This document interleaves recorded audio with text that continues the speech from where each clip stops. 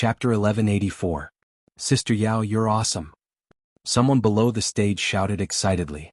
Song Yao, who was unaware of the situation, Sister Yao, I beg you, let Billion Deity come out and compete. Sister Yao, has Billion Deity stayed at your house before?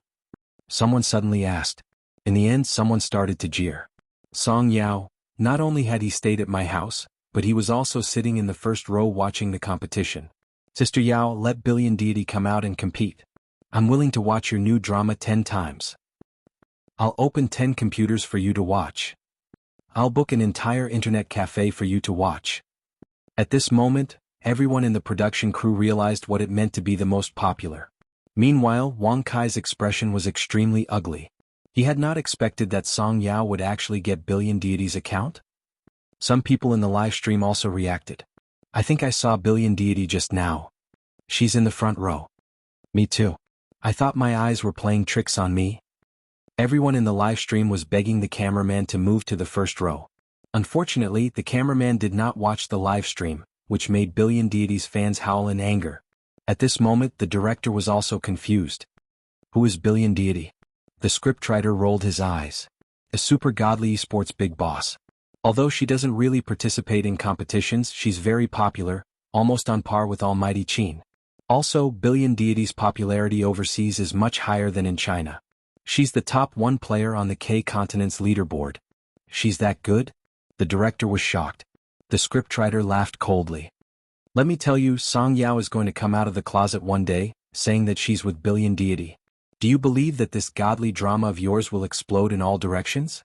Director, on the stage. The esports players of the 2 teams were also silent. F***CK Billion Deity's account. Who dared to move? Can they still play? Someone asked cautiously and hesitantly. If they messed with Song Yao, would Billion Deity open the main god's map overnight and come after them with a knife? These words were recorded, but uncharacteristically, no one in the live stream blamed the players for going easy on them. Ha ha ha, Sister Yao has become a god with Billion Deity backing her. You really can't blame the players, Billion Deity is famous for shielding her, haha. Don't be a coward, bro. Go and cut down Billion Deity's win rate now, then immediately start the live stream and let Billion Deity cut you down. The live stream will definitely be full. Do you understand the password to wealth? We're earning money from licking blood from the edge of a knife. Damn, the sister above is so ruthless, ha. Now that you mention it, I think Billion Deity really spoils Sister Yao. Who would be willing to lend her a 100% win rate? Finally, when the competition began, even the organizers did not expect that the live stream would be paralyzed. Therefore, they discussed to have professional players and celebrities mix and match, and they could also hire external help. Hearing that, everyone started contacting external help. Wang Kai invited Xiaoji, which attracted a lot of attention. But after all, Billion Deity had appeared before them, so they were not that surprised. Meanwhile, Song Yao was hesitating. She did not want Pei Yunj to owe others a favor on her behalf. But not long after. Suddenly, someone sent her a message and the dialogue box was directly displayed on the screen. HK Team Yoi, this person from Billion Deity's family? Do you need external help? How about me? Everyone was shocked. Wasn't this the captain of HK Team? However, before they could calm down, another big shot came to ask. RS Team, Dai Ching. Miss Song Yao, do you need external help? I can fly with you too. Then. Song Yao was pulled into a group, and it was filled with the top big shots in the industry. RS Team, then. Brothers, don't fight over it.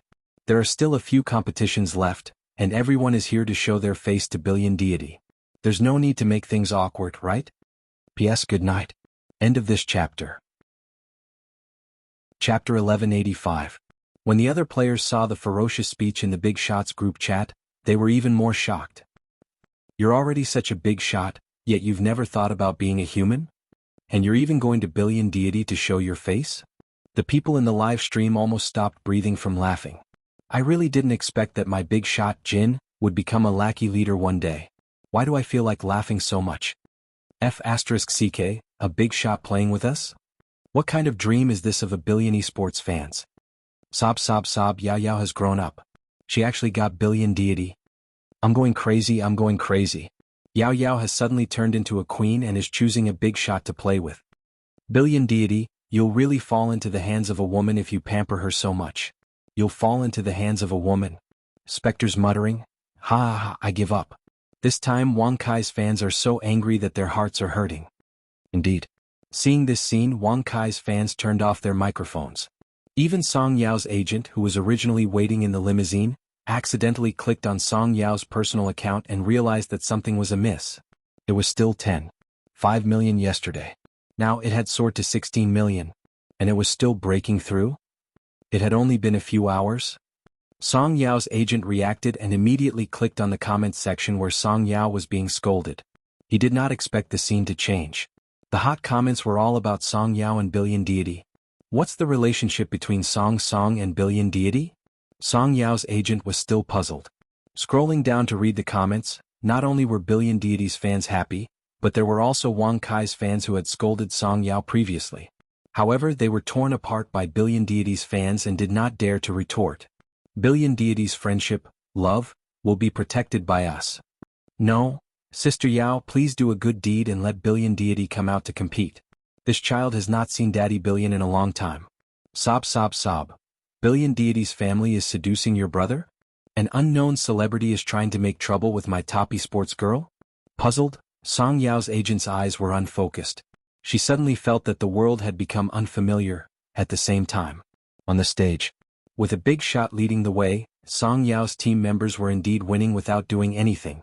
However, they did not expect that halfway through the match, Dai Ching and Kaka would be fighting energetically. Wang Kai did not know what was on his mind, but he was only chasing after Song Yao's account. Although Song Yao's maneuvering was not bad, she was indeed not as good as Wang Kai, who had almost entered Team 2. Billion Deity's winning rate was cut down. The live broadcast room was extremely distressed. Everyone was scolding Wang Kai. What's wrong with Wang Kai? Chasing after Song Yao and attacking? No way, no way. Cutting down Billion Deity's account can satisfy his pleasure? Esports fans were more or less biased. After all, in their hearts, Billion Deity was an incomparable big shot. He was in existence on the same level as Almighty Qin. Especially when they saw Wang Kai apologizing with a greasy smile while beating up Song Yao. Billion Deity is so great? He can't even touch her? Esports players can't even afford to play. What a joke. Who can't afford to play? He doesn't dare to provoke other esports players, so he chases after a female celebrity. Is he very cool? After the match, Dai Ching easily crushed Kaka, but Song Yao was also abused very badly. According to the score of this round, Song Yao's team lost. Song Yao, follow me later, Dai Ching said indifferently. Song Yao smiled faintly. No need. She followed Dai Ching. Dai Ching had to destroy a tower with a human head and protect her. She was going to lose the next round. Dai Ching did not say anything. When the next round started, Dai Ching tried his best to control the time and kill Kaka as soon as possible. Chapter 1186. But Dai Ching was also a little angry. He wanted to kill Wang Kai first, but Kaka kept pestering him. These two didn't seem to want to win, they just wanted to deliberately increase Billion God's chances of winning. Who was they trying to disgust? And the mission that Billion Gods gave them was to just bring Song Yao to win. Seeing that Billion God's chances of winning had dropped to 99%, Billion Gods fans almost exploded. And the people in the first row just looked at the screen indifferently. Song Yao's team still had a good chance of winning. Currently it was 2-1. Song Yao, if you can't do it, then hide over to my side, Dai Ching didn't forget to say to Song Yao. Song Yao responded and could only deal with Wang Kai, who was sticking to her. But 10 minutes later, no one expected that Song Yao would suddenly go all out. While Wang Kai wasn't paying attention, she used a skill and the two of them ended the match. F***CK, Sister Yao is pretty good. She's a bit like Billion Gods. She has a pure and harmless face, but she's using the most ruthless moves. As expected of someone who was taught by Billion Gods. Yes, Wang Kai was a youth trainee after all. It's good enough that he could draw. I was originally a fan of Wang Kai, but now, no matter how I look at it, I feel disgusted. This match, Song Yao actually didn't have it easy. Opposite her, Wang Kai's expression was a little ugly. Clearly, he hadn't expected that Song Yao would play this move without a care for her life. But with Song Yao finishing off Wang Kai, Dai Ching still won. The stadium was filled with cheers. Sister Yao is so strong. Someone shouted to cheer for Song Yao. Upon seeing this, the person in the first row who was pulling his hat to cover his eyes, could not help but curl his lips lazily, mouthing two words to Song Yao, not bad. Song Yao felt a little embarrassed. As for the rest, Many of them felt sorry for the soft-hearted girl who was trying to perish together with her opponent. Suddenly they heard someone shouting at the top of his voice. "Billion gods, are you sure you can do it? Are you going to watch as your wife is being abused?" Pei Yunj was speechless. Immediately afterward, the originally angry atmosphere was instantly amused and became much more harmonious. No one was sure whether Billion Gods was present or not. They just wanted to cheat and see. However, no one noticed that a few minutes later, the person in the first row really put on his coat lazily, lowered his hat and walked toward the door. Song Yao glanced in the direction where Pei Yunj had left and did not think much of it. He was prepared to rest for a while before starting the next round. Backstage. Song, I'm a fan of Billion Gods. Can I have Billion Gods' contact information? The female lead asked excitedly. Song Yao hesitated. I'll go back and ask? Oh really? Thank you, Song. The female lead's eyes lit up. When the others heard this, they immediately pounced forward to inquire. Song Yao was tight-lipped. She knew how to protect Pei Yunj's identity. She smiled warmly and stealthily changed the topic. Until she returned to the stage. Originally, it was Jian who wanted to go on stage and bring Song Yao along. However, just before the team was formed, Song Yao suddenly saw a message request. User Xuajui had requested to join the team battle. It was a smurf account with no level. Before Song Yao could react, there was a burst of excited screams from the audience. Billion Gods. Song Yao came back to her senses and realized that the first letter was spelled, earn 100 million first. The live stream exploded. F***CK. Billion Gods is really here? Isn't this the spelling of a smurf Billion Gods? Ha ha ha, isn't Wang Kai going to die? Chapter 1187. Are Wang Kai's fans ready? I'm going to die. Yishin is actually here. Sob, the woman at the top of the esports food chain. There were more and more people in the livestream room. Even the hashtag Song Yao Yishin had rushed to the top of the trending search list. Then half of the esports circle was mobilized just to watch Yishin's livestream. Wang Kai's expression was ugly. The hand that was holding the mouse was trembling slightly. Even though he had left the circle, he knew what kind of status Yishin had in the circle. But, was it really Yishin? At this moment, Song Yao hesitated for a moment and sent a message to Xuui. Where are you? After typing this sentence, Song Yao deleted it again and sent another sentence. What happened to you? The people in the livestream room were scratching their heads as they looked at the chat box. In the internet cafe, Pei Yunj casually put his jacket aside and threw the plastic bag to the side. Then he leisurely typed on the keyboard. I have to do it. I can't watch my family get beaten up. Just as this message was sent, Song Yao could almost imagine this person's mischievous look. But because Pei Yunj was responding to what he had just said, there was another round of excited screams. Yishin would also joke in private. But in the eyes of the audience, Yishin and a soft girl like Song Yao were together. It was as if Yishin was bullying Song Yao every day, but there was actually a bit of flirting. Song Yao gathered her thoughts and looked at the others. She asked politely, can she be our external help? Everyone was speechless. Was this King 360-degree spiraling technique okay? But there were also people who were worried. Yishin is opening a new account. Isn't the level difference too big? There's no need to look down on others. After all, Kaka is still very powerful. Yishin's maneuvering is a little funny. Following that, Song Yao connected to her mic. She tried to ask, is the new account okay? Unexpectedly, the other party had already used a voice changer to adjust his voice. You can't say that I can't. Song Yao was speechless. There was laughter in the live streaming room. Yishin is openly flirting. I've reported him. Sister Yao, the pretty girl is speechless. Song Yao's eyelids twitched. She was a little worried that Pei Yunj would put her reputation on the line. I'm serious. There are professional players on the other side.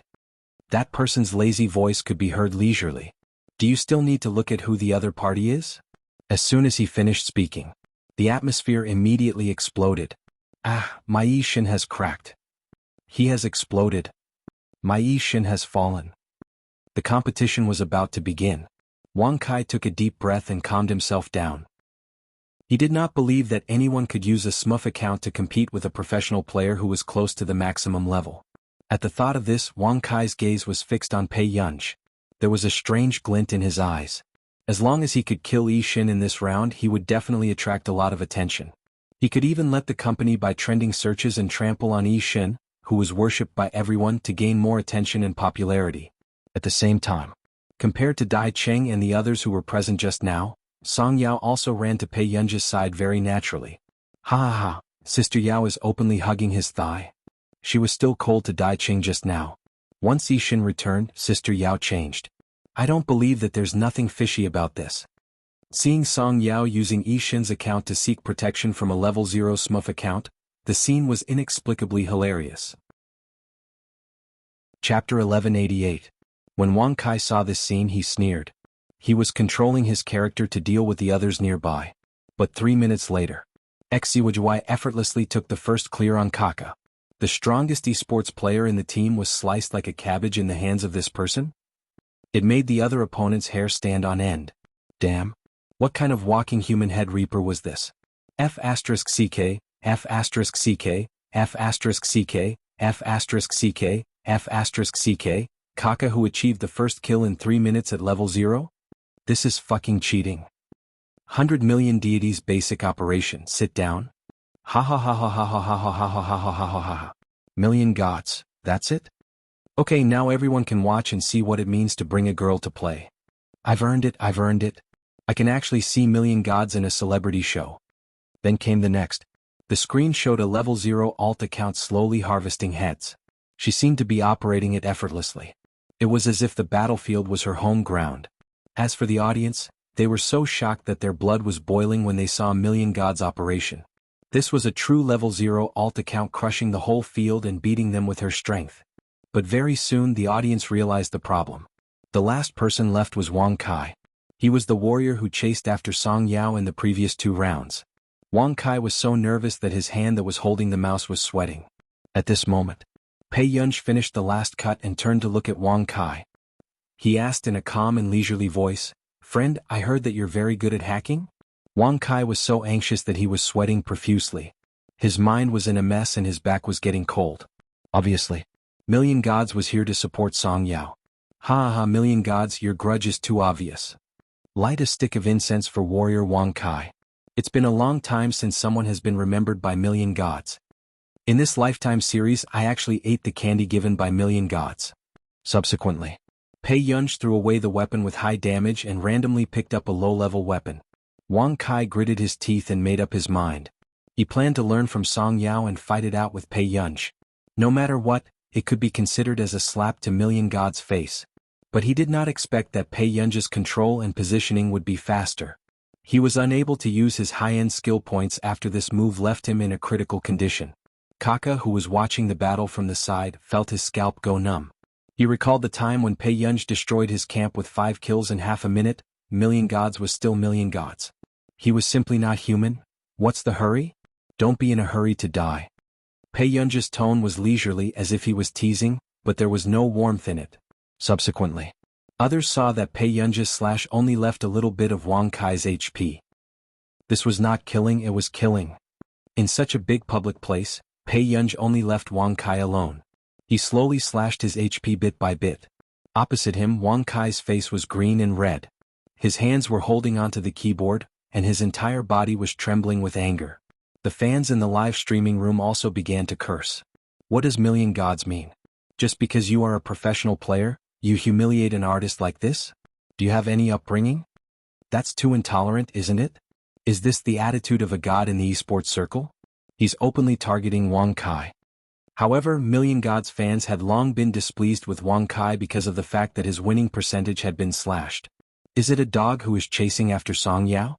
Puzzled? You don't have to care about what happens in the esports circle. When Million Gods was winning glory for the country, your brother was probably still repairing his face in the factory. It's good that you know this is the esports circle. Here, being noob is the original sin. P.S. Good night. Can I get some monthly votes from this kid today? Chapter 1189. Most of Wang Kai's fans did not know how many fans Yi Shin had. However, at this moment, when they saw Yi Shin's fans flooding the livestream with one sentence, they felt helpless. They knew that they had provoked a big shot. Then, Pei Yunji slowly hacked for more than 10 minutes before he completely sent Wang Kai away. It was a crushing victory. In the next round, Pei Yunji repeated the same action. Wang Kai was so angry that he almost threw his mouse and left. However, the director immediately pulled him back and persuaded him. If his relationship with Yixin became strained, it would be impossible for him to establish an esports persona in the future. Wang Kai took a deep breath and could only endure it. There were people in the live stream who could not help but sigh. Yixin is really arrogant. It can't be helped. A lot of people like her. It's human nature to admire the strong. When Yixin was playing in a professional competition, even the boss of the opposing team came to support Yixin. This is top-notch. Yixin is lawless. Yixin is lawless. Plus 10,086. You're blaming your girlfriend for dragging you down. Come and take a good look. Yixin is leading the entire team. To be honest, it's so cool to be led by Yixin. As long as Yao Yao's sister is injured, Yixin will cripple her. This esports friendship is so damn sweet. After 3 rounds, Wang Kai's expression was ugly. He went straight to Song Yao's resting room to apologize to her. Song Yao raised her eyebrows in surprise. Then she saw Pei Yunj leaning against the door from the corner of her eyes. Got it? You can go back. Song Yao responded politely. After Wang Kai left, she was silent for a moment. Yixin? Song Yao played God Maps too. She knew what level Yixin was in the esports circle. But she did not expect Yixin to be by her side. He even worked tirelessly to help her level up. Pei Yunj rubbed the back of her fair neck. She did not meet Song Yao's gaze. I think so. Song Yao, the atmosphere was silent again. If you tell me one day that you're Yixin, I might not be surprised, Song Yao said slowly. She could not tell if she was angry or not. Pei Yunj, Song Yao had always been interested in Yixin. The reason was that Yixin had been her recommendation. If Pei Yunj had not stopped her, Song Yao might have wanted to learn computer science to be closer to Yixin. Pei Yunj let out an ah, and quickly changed the topic. Later, my brother will come to find me. Song Yao did not need to think to know which brother it was. Pei Yunj even asked, want to have a meal together? Song Yao, we'll talk about it later. If your brother comes, you can leave with him first. Song Yao really thought so. Pei Yunj, on the other hand, did not know if Song Yao was angry or not, so she stayed. After the competition ended, Pei Yunj sat in the first row with her eyes closed. She crossed her arms lazily and dozed off. Song Yao had just sat on Pei Yunj's left when she realized that there was a man sitting on Pei Yunj's right. Under the dim lights, the man's light-colored eyes were devoid of emotion. His outstanding looks made one unable to take their eyes off him. He looked at Pei Yunj next to her lazily. His well-defined hand was carrying the bag of snacks for Pei Yunj. Pei Yunj's hand was still hooked around the bag. She did not realize that the weight was wrong. Suddenly, Pei Yunj's head leaned towards Song Yao. He leaned on her shoulders steadily. Song Yao felt Hoshidu's gaze shift. The next moment, Song Yao sensibly stretched out her index finger and gently tapped on Pei Yunj's forehead, pushing it in the opposite direction. Pei Yunj leaned on the man's shoulder again. Chapter 1190. Song Yao tugged at her cloak and left without saying a word. Only then did the people around them realize that a handsome and noble man had appeared out of nowhere. He had actually beaten up Song Yao's bad-tempered friend and carried her up. Everyone's eyes widened. This was the official couple. Were they here to take it seriously? In the man's arms, the girl, whose face could not be seen clearly, placed her slender wrist lazily on the man's shoulder. She looked up at him with sleepy eyes. Where are my snacks? Hoshidu laughed. Seng Su took them. The man's body exuded a faint but unique fragrance. There was also a faint smell of tobacco. It was gentle and magical. His warmth spread from his chest, making one's heart palpitate uncontrollably. Pei Yunj's eyes were unclear, but a feeling called possessiveness suddenly welled up in her mind. She didn't want Hoshidu to hug someone else like this again. Pei Yunj rarely interacted with Hoshidu so intimately, especially in public. Although she enjoyed the steadiness of this embrace, she gradually woke up. She looked up and saw the man's clean and distinct jawline. His sexy Adam's apple was slightly protruding, and her heart couldn't help racing. Brother, you should put me down. Although Pei Yunj noticed that Seng Su had a numb and natural expression on his face, she felt inexplicably awkward. Pei Yunj, who was used to not being a person, felt guilty for the first time. Hoshidu had always respected Pei Yunj's wishes, so he agreed. However, for some reason, Pei Yunj felt that the man's attitude towards her today was indifferent. Pei Yunj hesitated for a moment. Just as she was about to go over and pull the sleeve of his suit, the man avoided her, whether intentionally or unintentionally. Pei Yunj? Did this dog have eyes in the back of his head? However, the next moment, Pei Yunj received Song Yao's message and opened it. Yao Mimi, your brother's gaze is too scary, bitter. Song Yao met the gaze of death for the first time. Yungu? Yungu, he's showing me the greatest respect by not going out to seduce others. Pei Yunj had always felt that Huashidu was polite and gentle to everyone. In layman's terms, the dog seemed to be flirting with everyone. Sister Yao, you're wrong. Sister Yao, if you keep this attitude, your brother will devour you until not even your bones are left. Although Song Yao did not have much experience, this was the first time she had met a man like Huashidu. Although he did not seem to care about anything, it seemed that only Pei Yunj was present. His peripheral vision was always on her.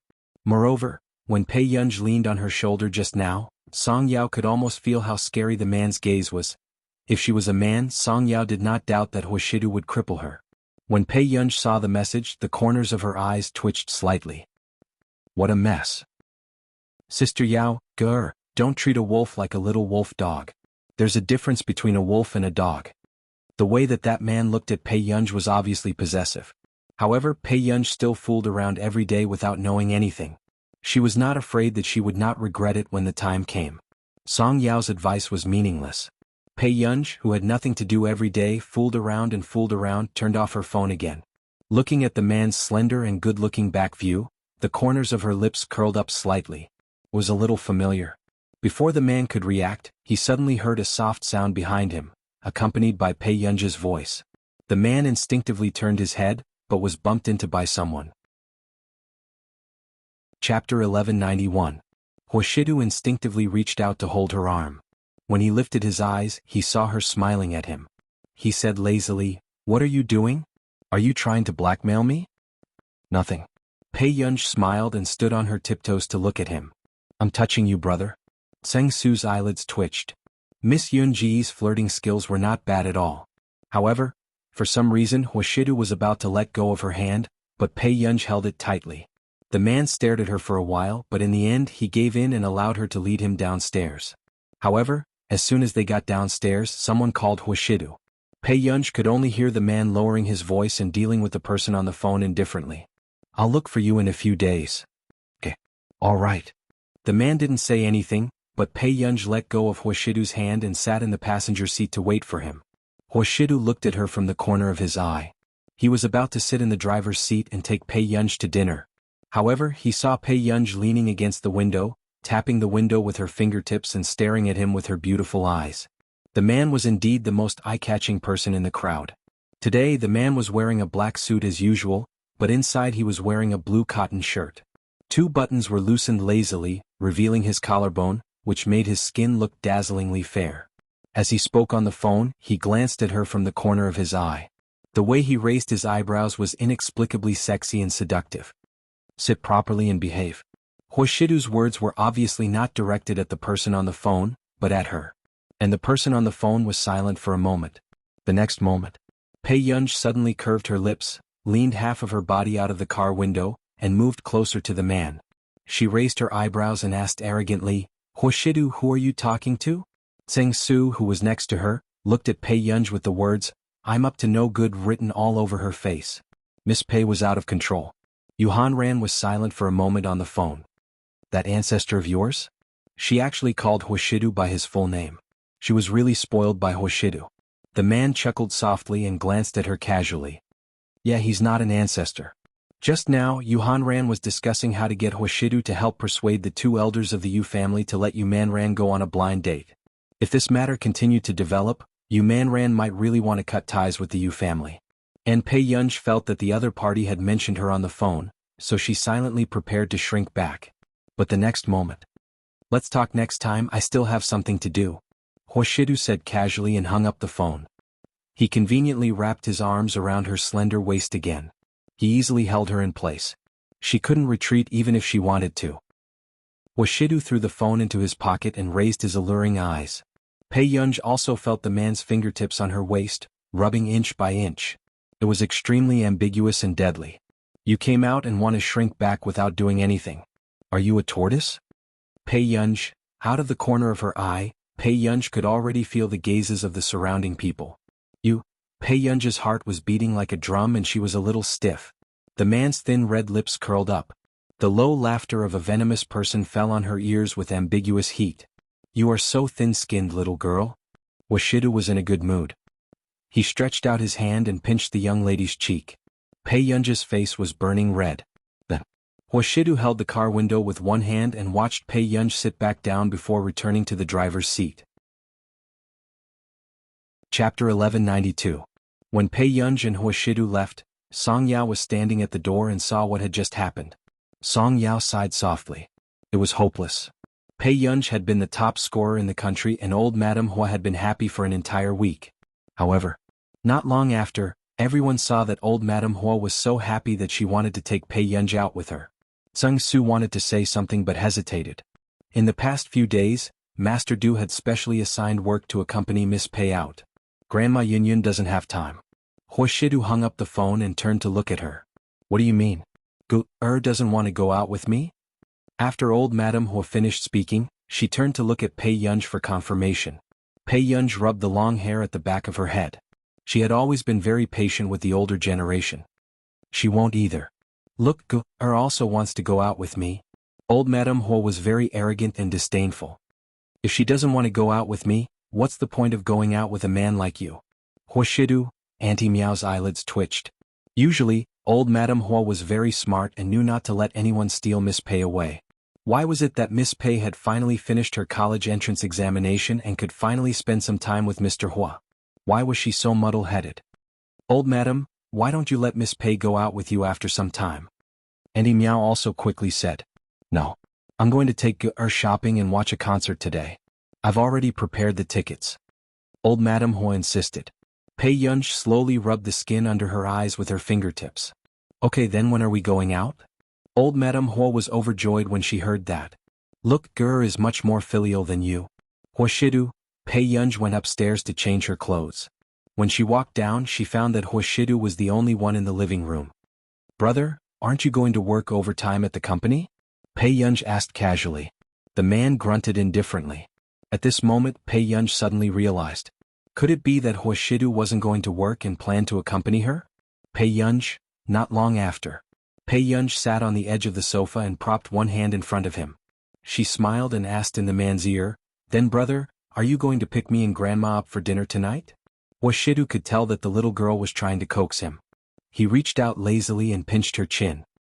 He suppressed the waves in his eyes and whispered in her ear in a low voice. His voice was slightly hoarse and very seductive. Don't coax her later. She'll take you to the old mansion again. His child was good at everything except for the unreasonable behavior of the older generation. This was the first time Pei Yun had seen Washidu being defeated. She suppressed the smile on her face and said, Okay. Washidu looked at the girl in front of him. The faint fragrance on her body made his imagination run wild. He couldn't help but brush her lips with his fingertips, caressing them suggestively. Pei Yun paused and heard him whisper in her ear, Don't coax others.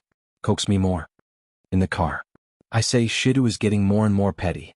Didn't I just ask you to accompany me out to play? Why didn't you come out to send me off? Old Madame Hua muttered. She turned her head and leaned over to ask, why don't you stay at the old mansion with me after the concert? Tsing Su, who was driving, was speechless. Did old Madame not understand that if this went on, her family would be in danger? Chapter 1193. Although the Su family was indebted to the Hua family and the Hua family would not do anything to the Su family, the new mistress of the Su family understood the situation very well. Tseng Su had asked someone to send Madame Su the information of the unmarried young masters. Madame Su had already guessed what she should do. On the way to the company, Washidu received a call. It was from Luoxia. I didn't ask yesterday, but I want to ask you today. Master Du, what do you mean? You called me junior brother again? Luoxia sounded displeased. Washidu asked, What? The night before yesterday I was also at the bar and saw you Jilin and Bei Yun chatting. This is my junior brother when I was studying. I didn't even know that he had come to Yunqing recently. After Luoxia finished speaking, Washidu completely understood. Yu Jilin should be the psychiatrist that the Computing Institute had found for Bei Yun. Can he be treated in a bar? The man seemed to be talking to himself. His voice was very soft. However, Luoxia heard him clearly and answered his doubts. He might want to find a relaxing place for the patient to let down his guard. Besides, it's not like a bar is impossible. There are all kinds of people and it's very easy to see a person's social adaptability. Hearing this, Hoshidu curled his lips. Alright, I got it. Luoxia, ? Was he not going to give him an explanation? If there's nothing else, I'll hang up first, the man said slowly. Luoxia immediately said, You're not going to give me an explanation? Between you and him, which professional ability is stronger? Hoshidu raised his eyebrows and asked again. Of course it's me. I'm in the medical world, okay? Let me tell you. Before Luoxia could start bragging, Hoshidu hung up. The holidays passed very quickly. Bei Yunji's graduation banquet was set for a week before school started. During this period of time, Bei Yunji went to Lin Longyuan's place and the Qin family very frequently. However, on this day, as soon as Bei Yunji walked in, she heard the sound of porcelain shattering inside. Old Master Qin liked to collect antiques. Even the vases in the living room were worth millions. Bei Yunji's eyelids twitched. She didn't know who had made the old man angry. As soon as she walked in, Bei Yunji saw the handprint on Mrs. Qin's face. Her eyes were filled with tears. Mr. Qin couldn't help but scold him softly. Dad, how could you hitting her? Scram. Get the hell away from me, you bastards. Bei Yunji heard old Master Qin's angry roar from outside. Tong Yuan, let me tell you, if you have any conscience, you should compensate Ger well. Instead of spoiling a stranger who is not related to you by blood like a blind person. Old man Qin pointed at her angrily. Let me tell you, if you dare to say another word of nonsense, I will pull out your tongue. This was the first time Mrs. Qin had been slapped by her father-in-law. The men of the Qin family never hit women, but this time, it was obvious that they had crossed old man Qin's bottom line. Old Master Qin was so angry that his vision turned black. He turned around and fainted. At this moment, Bei Yunji reacted quickly and ran over to support her. Grandfather? Bei Yunji's clear and melodious voice had a hint of nervousness that she didn't notice. Dad? Mr. Qin also became nervous. Uncle Lu, get the doctor here quickly. After Bei Yunji finished speaking, the butler hurriedly called the private doctor and helped her to the main seat. Bei Yunji's eyes flashed with anger. She glanced at them and said coldly, What did you say just now? A hint of awkwardness and guilt flashed across Mr. Qin's face. End of chapter. Chapter 1194. I'm fine. Old Master Qin's weak voice trailed from behind, interrupting Bei Yunji's question. It was obvious that Old Master Qin did not want Bei Yunji to know. However, Mrs. Qin's expression was slightly distorted and she could not help but laugh coldly. What did you say? You don't know what you've done? The atmosphere froze. However, Bei Yunji suddenly licked her lips and chuckled, saying slowly, That's too much. Mrs. Qin's face turned green. After that, she gritted her teeth and laughed coldly, unable to suppress her anger. Isn't it because of you? I booked a hotel for more than a month, but no one dared to rent it to me. She did not want Qin Youjiao to lose her reputation, but she did not expect this to happen. And other than that person from the Hua family, who else had the ability to do this? Bei Yunji, is it that comfortable to set someone up behind their backs? I really didn't expect you to seduce a man at such a young age. Mother Qin's words were full of sarcasm. Bei Yunji could roughly guess that Hoshidu might have done it. Although she was a little surprised, it seemed to be Hoshidu's character. Qin Ting, aren't you going to scram with your wife? Old Master Qin's expression was already dark as he held his chest and pointed at them. You want to cut ties with the Qin family, right? Cut it off now and don't come back in this lifetime. Grandpa, don't be angry first. Bei Yunji moved her eyebrows and rubbed Old Master Qin's temples. After the private doctor arrived and brought him to check, she slowly looked at Mrs. Qin. Why are you looking for Grandpa? Bei Yunji asked. Mrs. Qin narrowed her eyes. They were clearly biological mother and daughter, but they seemed to be the most hated enemy. I want you to cut ties with the Hua family. At this moment, Mrs. Qin raised her chin. I'm your mother after all. I can't ignore you. Qin Youjiao had told Mrs. Qin this method. If she asked Bei Yunji to plead with Hoshidu, Bei Yunji might not do it. However, Old Master Qin cared about his reputation. He wouldn't let his granddaughter have an ambiguous relationship with a man. Bei Yunji rarely encountered such an annoying situation. She sneered, What's wrong? Are you short of people to burn paper money for you? She was indirectly mocking Mrs. Qin for not having a good ending after her death. Since Old Master wasn't around, she couldn't even be bothered to brush him off. Mr. Chen's face darkened, as if blaming her for speaking to her mother in such a manner. Mrs. Chen was furious. She rushed forward and raised her hand, wanting to slap Bai Yunj. However, Bai Yunj suddenly grabbed Mother Chen's wrist and looked at her impatiently as if she was a dead person. You. For the first time, Mother Chen was afraid of the person in front of her. She could feel the hostility in Bai Yunj's eyes. Bai Yunj shook him off. Mrs. Chen fell to the ground in a sorry state. Bai Yunj. Seeing this, Mr. Chen immediately helped Mrs. Chen up nervously and questioned Bai Yunj angrily. Don't you think that you're very uneducated by doing this? Nothing? Uneducated? Bai Yunj asked slowly in a good mood. However, Mr. Chen choked. It was only when a round of applause suddenly sounded outside that Mr. Chen regained his senses and saw Qin Lian walking in. His handsome face was calm, but his dark eyes were so dark that it made people tremble in fear. He walked in and stopped in front of Bai Yunj. What? Is father planning to say that Ger is uneducated? Qin Lian's voice was calm, but it was filled with cold ridicule. Chapter 1195. If she's really ill-mannered, who do you think is to blame for this? Qin Lian's tone was cold. Even Mr. Qin had always been afraid of his eldest son. Qin Lian had always had a weak sense of kinship and treated everyone the same. However, he did not know when he started to care about Bai Yunj. Lian, I was just angry. Ger pushed her mother just now. Mr. Qin muttered. Where did Ger's mother come from? Didn't they break off their relationship long ago? Qin Lian's calm words made Mrs. Qin and Mr. Qin's faces turn red. Lian, I just wanted to seek justice for Jiao Jiao. It was Bai Yunj who caused trouble behind our backs. Mrs. Qin's eyes were red. She did not understand why no one would listen to her when they were all her children. However, she did not dare to speak harshly to Qin Lian. Didn't I tell you clearly? The man took off his gold-rimmed glasses, losing some of his gentleness and elegance. His ink-like eyes were filled with a dangerous aura that was usually hidden. As long as you let Ger down for Qin Youjiao once, I will make sure that Qin Youjiao can't live anymore. Mrs. Qin's eyes were filled with panic. Lian, I didn't think it through. Don't do this. Everyone present could not understand Qin Lian's temper, but they knew that Qin Lian would do what he said and his methods were ruthless. Brother, Grandpa is seeing a doctor on the second floor. Bai Yunj suddenly said. Hearing this, a trace of gentleness appeared in Qin Lian's eyes. Okay, Ger, go upstairs first. I'll go upstairs to see Grandpa soon. The new secretary beside him had also noticed. President Qin really doted on Bai Yunj a lot.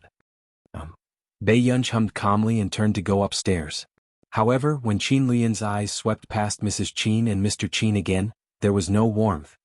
He twirled the thin silver ring between his fingers, making his fingers look as slender as jade, as if they were a pleasing work of art. His tone was still calm. Dad, Mom. Since you don't listen to me, I can only let Qin Youjiao know what will happen to her if she uses you as a cover to hurt Ger. With that said, Mrs. Qin's face paled. Mr. Qin immediately shouted, Lu Yan, what do you want? I just want Qin Youjiao to know that she's not worthy of being compared to Ger. The man said unhurriedly and walked upstairs. This scene made the new secretary tremble with fear. Was boss threatening his biological parents for the sake of Miss? In a trance. When the new secretary heard Qin Lian and Bai Yunj talking, her voice was soft and unbelievable. I really like this ring. Thank you. It happened to be Qin Lian's birthday some time ago, so Bai Yunj also gave him a gift. You're welcome. Bai Yunj nodded. Although the atmosphere was silent and awkward, Qin Lian did not feel it at all. He smiled and looked at Bai Yunj beside him. The secretary, it was too surprising. The boss was actually a siscon. No wonder Qin Lian had been wearing this ring all this while. It turned out that eldest Miss had given it to him. After diagnosing old Master Qin, the doctor heaved a sigh of relief and confirmed that old Master Qin was fine.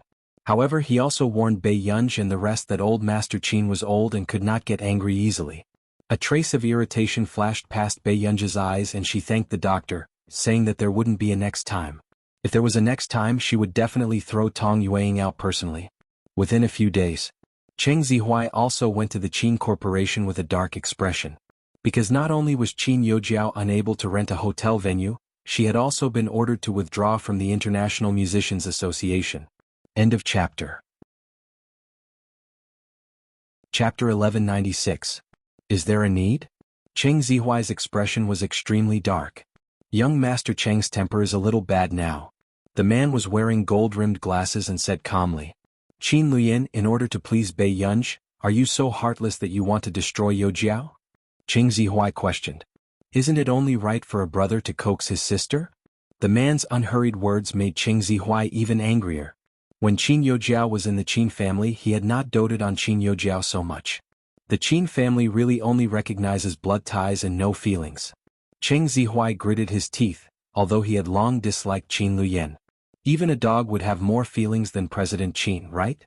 Qin Luyan snorted. Young Master Cheng is quite good at praising himself. Qing Zihuai was so angry that he almost lost his rationality. He was really Bei Yunj's biological brother. His words were so infuriating. In the end, Qing Zihuai left with a dark expression. He could feel the hatred of this young master of the Cheng family from 10 meters away. Over the past few days, the atmosphere in the computing institute had been oppressive. The reason was that Bei Yunj's improved big data technology was very beneficial to the arrest work.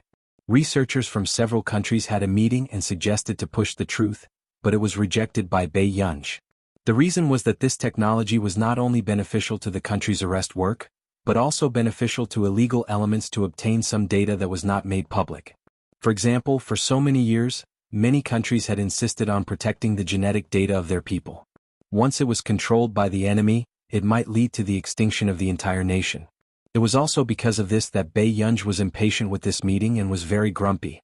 As a result, the other researchers were still unable to calm down from Bei Yunj's scolding. Halfway through the meeting, Bei Yunj asked from the bottom of his heart, "Do you have brains?"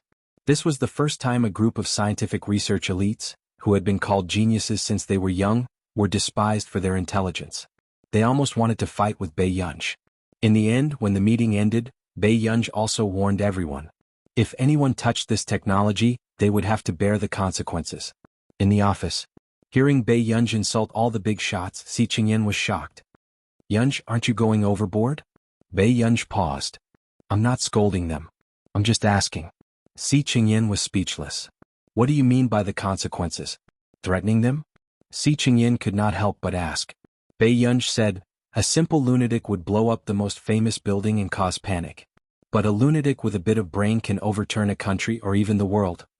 Si Qingyan was stunned. "Do you remember a certain virus research institute in K country that accidentally infected wild monkeys with a virus in the jungle?" When Si Qingyan heard that, he recalled the extremely serious infectious disease and felt his hair stand on end. Bei Yunj glanced at him indifferently. "The virus can affect the human body. If we use this technology to obtain genetic samples and synthesize biochemical weapons, we can target different species and exterminate them." Si Qingyan's scalp went numb. No wonder Bei Yunj was so determined. Si Qingyan could not help but ask, "Then why do they want to implement it so much?" Zhong Xinglin walked over and interrupted, "Because Gur's breakthrough is more convenient for them to do scientific research. The world is bustling with activity and everyone comes and goes for benefits. Besides, they always felt that they had the confidence to control this technology well. They did not take those highly intelligent terrorists seriously." End of chapter. Chapter 1197. Not all of these people were convinced by Bei Yunj. They felt that Bei Yunj was indeed a little talented at such a young age, but she was still too shallow to see problems and did not know how to seize the benefits. "I've reported this to the higher-ups," Zhong Xinglin said with a smile. Bei Yunj looked at him. "Don't worry. The higher-ups have already agreed to prohibit the disclosure of this technology. They will also explain the situation to the people in charge of other countries. You just have to continue your research." Zhong Xinglin patted Bei Yunj's shoulder. Bei Yunj hummed calmly and asked, "Then what about the next meeting? What should they do?" "You can go and have fun next. My friend happened to give you a few tickets to the art exhibition. Bring a few friends to take a look." Zhong Xinglin immediately stuffed Bei Yunj with a few tickets to the art exhibition. Bei Yunj was speechless. After Bei Yunj was forced to leave, Si Qingyan could not help but say, "What about me? I want to rest during the weekend." "Rest my ass." Zhong Xinglin rolled his eyes. Si Qingyan said, "I'm not even worthy of a holiday? Then why can Bei Yunj rest? If we let her attend a few more meetings, our computing institute will really become an orphan in the industry." Zhong Xinglin's eyelids twitched. Si Qingyan was speechless. Bei Yunj looked at the tickets in her hand and thought for a moment before taking a photo and sending it to the group. "Bei Yunj, Picture? Lu Unc.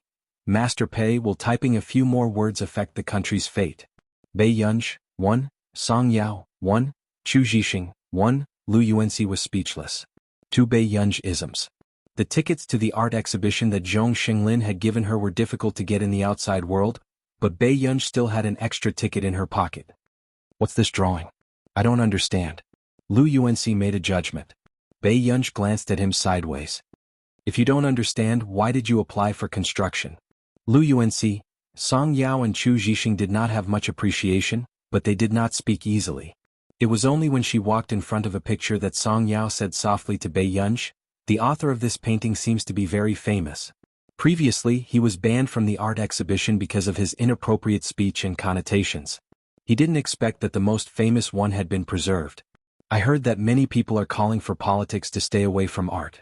Do you know about this?" Lu Unc snorted. "Do you expect a caveman like her to observe the public opinion of the netizens?" Bei Yunj glanced at him. "But now, who has so much free time to do art?" Lu Unc began to speak brainlessly again. Although he didn't have any ill intentions, his words were indeed saying that only those with low scores would study art. As a result, the expression of the girl beside him turned ugly and her eyes dimmed.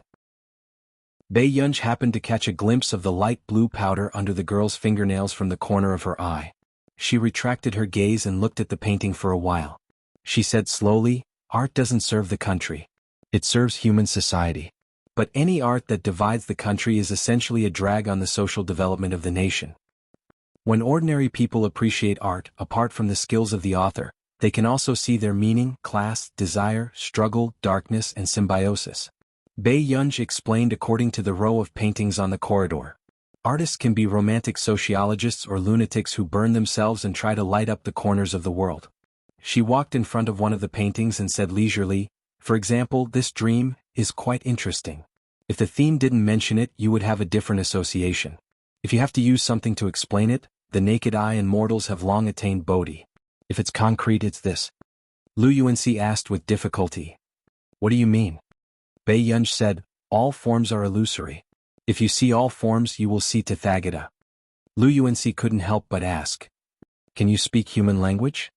Bei Yunj glanced at him slowly. "In human language, change your profession as soon as possible. Architecture is also one of the 8 major arts. If you want to study art, you will only be beaten up." Lu Unc was speechless. Damn. What kind of evil creature is this? It's fine if she's crazy about science, but she doesn't even leave a way out for the arts? The girl next to him almost laughed out loud. Her eyes lit up and she pursed her pink lips as she glanced at Bei Yunj shyly. However, no one noticed that someone was staring at Bei Yunj from behind. "That girl said it very well." The bearded old man next to him laughed. "Very smart. This is the first time I've heard someone use Buddhist scriptures to interpret my paintings." Liao Zhu couldn't help but smile. "This is only for amateurs. If she were a professional, those little rascals in the association would know the pressure. If you like her, won't she be a professional after teaching for a few months?" The bearded old man joked. When Liao Zhu heard this, he became more determined. He walked in front of Bei Yunj. "Young lady, are you attending university this year?" Bei Yunj looked at the person who suddenly appeared and was silent. "Yes." Liao Zhu didn't mind Bei Yunj's coldness. Instead, he smiled amiably. "Sophomore? Where are you studying?" "Freshman, Yun University." Bei Yunj looked at him. "What's the matter?" "Actually, I wanted to ask you if you want to study art? I can teach you." When Liao Zhu heard the words Yun University, he was stunned. He added, "I don't need any payment." Lu Unc and the rest were a little suspicious. Was this person a scammer? But the girl next to them widened her eyes. Wasn't this the president of the art association, Liao Zhu? "Sorry, I'm not interested." Bei Yunj's words surprised Liao Zhu, but he didn't give up. He gave Bei Yunj a business card. "If you want, you can look for me anytime. Also, young lady, is it convenient for your parents to meet me again and have a chat?" Bei Yunj was silent for a moment. "How about this? If you're free, you can come to my graduation banquet." When Liao Zhu heard this, he was so happy that he couldn't close his mouth. He asked for his contact details and left. Bei Yunj didn't look at Liao Zhu's business card and casually stuffed it into her pocket. "Deskmate is good. You just go out and there are people who want to take you as a student." Lu Unc sighed. "If knowledge can be stored in your brain, you can too," Bei Yunj said. Lu UNC, Bei Yunj picked up her phone and saw the message in the group. It was the people from CI7 who were at ING her. Xin Yuan, I'm going to Yunqing with Pang Hu and the rest in a few days. Do you want to meet up? Max, Bei Yunj thought for a while and replied. Max, sure. Pang Hu, big brother, are you treating us to a meal? Max, sure. How about the graduation banquet? Pang Hu, your child got into university? Max, I got into university. Pang Hu? Xin Yuan? Hibernating bear? This sentence set off a storm in the hearts of the core members of CI7. They even suspected that Max's account was hacked? That wasn't right. Was there anyone in CI7 who was better at computers than her? Chapter 1198. After the chat, Pang Hu and the others were chatting privately. Hibernating bear, I didn't expect Max to know how to sneer. Pang Hu, that's right. I almost believed him. What should I do? What should I give Max's child? Xin Yuan's eyelids twitched. He didn't want to talk to these two nagging men anymore. Xin Yuan, when you see Max, just shut your mouths. Although they were warned by Xin Yuan, Pang Hu and Hibernating Bear also began to remember the ridiculous rumor that Max had just entered CI7. When Max had just entered CI7, he was in debt of billions. They didn't know if he had paid it back. Why not just give Max some money? For some reason, the big shots of CI7 firmly believed that Bei Yunj was working in debt. The promotion banquet was handed over to Old Master Qin this time. Seeing that Old Master Qin had not recovered from his illness and still insisted on handling it personally, Bei Yunj couldn't refuse. For the promotion banquet the day after tomorrow, Old Master Qin only invited some of his old friends. However, Bei Yunj's friends all sent invitations, including all the students and teachers of Class 7. What group? Luoxia was playing a game on his phone expressionlessly because he heard that his junior brother, Yu Jilin, had been chosen and had become Max's private doctor. As for him, a legend in the medical world, he had actually been brushed off. The more Luoxia played, the more frustrated he became. Just as he threw his phone aside, he suddenly saw a message from Yu Jilin. You go, brother, I have a banquet the day after tomorrow. Are you going? Luoxia replied expressionlessly. Get lost. You go. Are you really not going? You will regret it. Luoxia sneered when he saw Yu Jilin say this. What he regretted the most was letting Yu Jilin know that he was interviewing for Max's private doctor. Luoxia simply blacklisted him. What's so great about being Max's private doctor? Why can Yu Jilin do it but I can't? If Luoxia hadn't cared about Huashidu, he would have cursed. He couldn't help but feel aggrieved. Does he hate me? That's impossible. Zhou Yu, the more Luoxia thought about it, the more sour he felt. I don't know how many times Yu Jilin has seen him. Maybe he will be invited to his party. Huashidu lifted his thin eyelids. Shut up. Luoxia, were they still friends? Seeing Luoxia's angry eyes, the man didn't feel guilty at all. Instead, he slowly said, will you go to the graduation banquet with me the day after tomorrow? Luoxia, the day after tomorrow again. Luoxia forced a smile. It wasn't hard to tell how much he disliked Bei Yunj. Forget it. I couldn't think straight just now and rejected Yu Jilin's invitation. If he happens to be attending a banquet, and I'm reduced to attending a child's graduation banquet, this will become an indelible shadow in my life. When Zhou Yu heard this, he couldn't help but close his eyes. Why would someone attack their own idol every day? He really wanted to shake Luoxia awake. If he continued to blabber like this, not only would he not be able to be her personal doctor, he might even be beaten up. Up to you. Huashidu glanced at him casually and didn't say anything else. Luoxia, who was immersed in grief, didn't know how exciting and suffocating the night after tomorrow would be for him. The day before the graduation banquet, Bei Yunj was still studying the book, J.H. From Laboratory 191. Huashidu stood behind her for more than half an hour, but she didn't notice him. P.S. I just sorted out the outline. I'll update it after sleeping for a while. Chapter 1199. Suddenly, Bei Yunj's phone rang and she answered without looking up. What's wrong? It was Song Yao's voice from the other end. What color gown are you wearing tomorrow? Bei Yunj licked her lips and narrowed her beautiful eyes. Soon she recalled. The grayish-blue one. That custom-made gown with grayish-blue tassels was specially flown over by the old master. It was a seasonal gown. Okay. Song Yao had also seen that gown and was quite satisfied with Bei Yunj's choice. Miss Song, did you call in the middle of the night to tell me about this? Bei Yunj asked with a faint smile as she twirled the pencil in her hand. Song Yao probed. Then what do you and your brother plan to do now? But, Bei Yunj exclaimed and suddenly leaned back. The corners of her lips curled up lazily and she started to talk fearlessly. Plan? I plan to get married this year and have 2 children next year. After I graduate from university, I'll get the children at home to buy me a cake and put up candles for Mother's Day. Song Yao was speechless. Why would she call Bei Yunj when she had nothing better to do? However, Bei Yunj was also addicted to teasing Song Yao. She looked up at the ceiling playfully, her gaze gradually moving back and her mouth becoming louder. Andy little Song, don't be anxious. If you really don't have a partner, I'll give you a little. Before she could finish speaking, suddenly she saw the man holding a teacup and wearing a black t-shirt looking at her calmly. Bei Yunj was speechless. When did this person run behind her? Aren't you going to finish your conversation first? The man raised his eyebrows, his tone casual and lazy.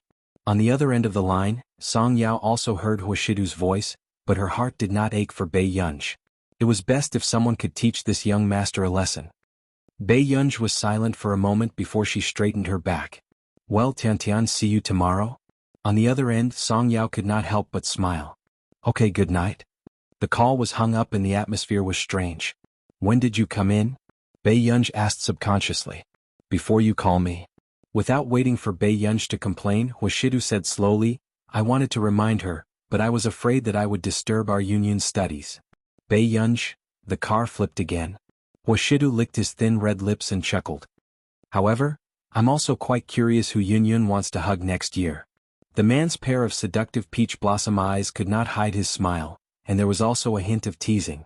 The light condensed in the depths of his pale pupils, and one look was so ambiguous that it made people blush and their hearts beat faster.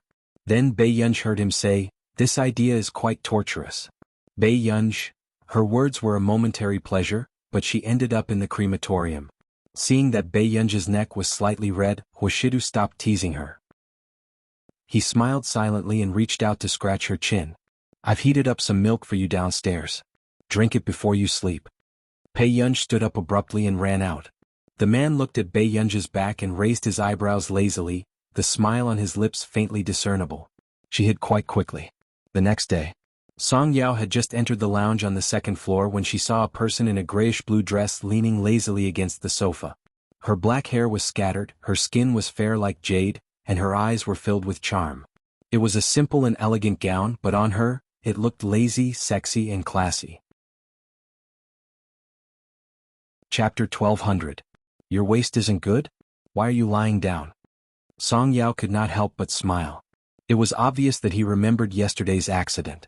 Bei Yunj was speechless. After what happened last night, Bei Yunj was slightly silent this morning, but the man's expression was the same as usual. However, when they were sitting in the back of the car, she suddenly heard the man ask, have you thought about who you want to be the father of your child? Nonsense. Huashidu. However, the D***MN man that Bei Yunj was scolding in her heart was talking to old Master Qin downstairs.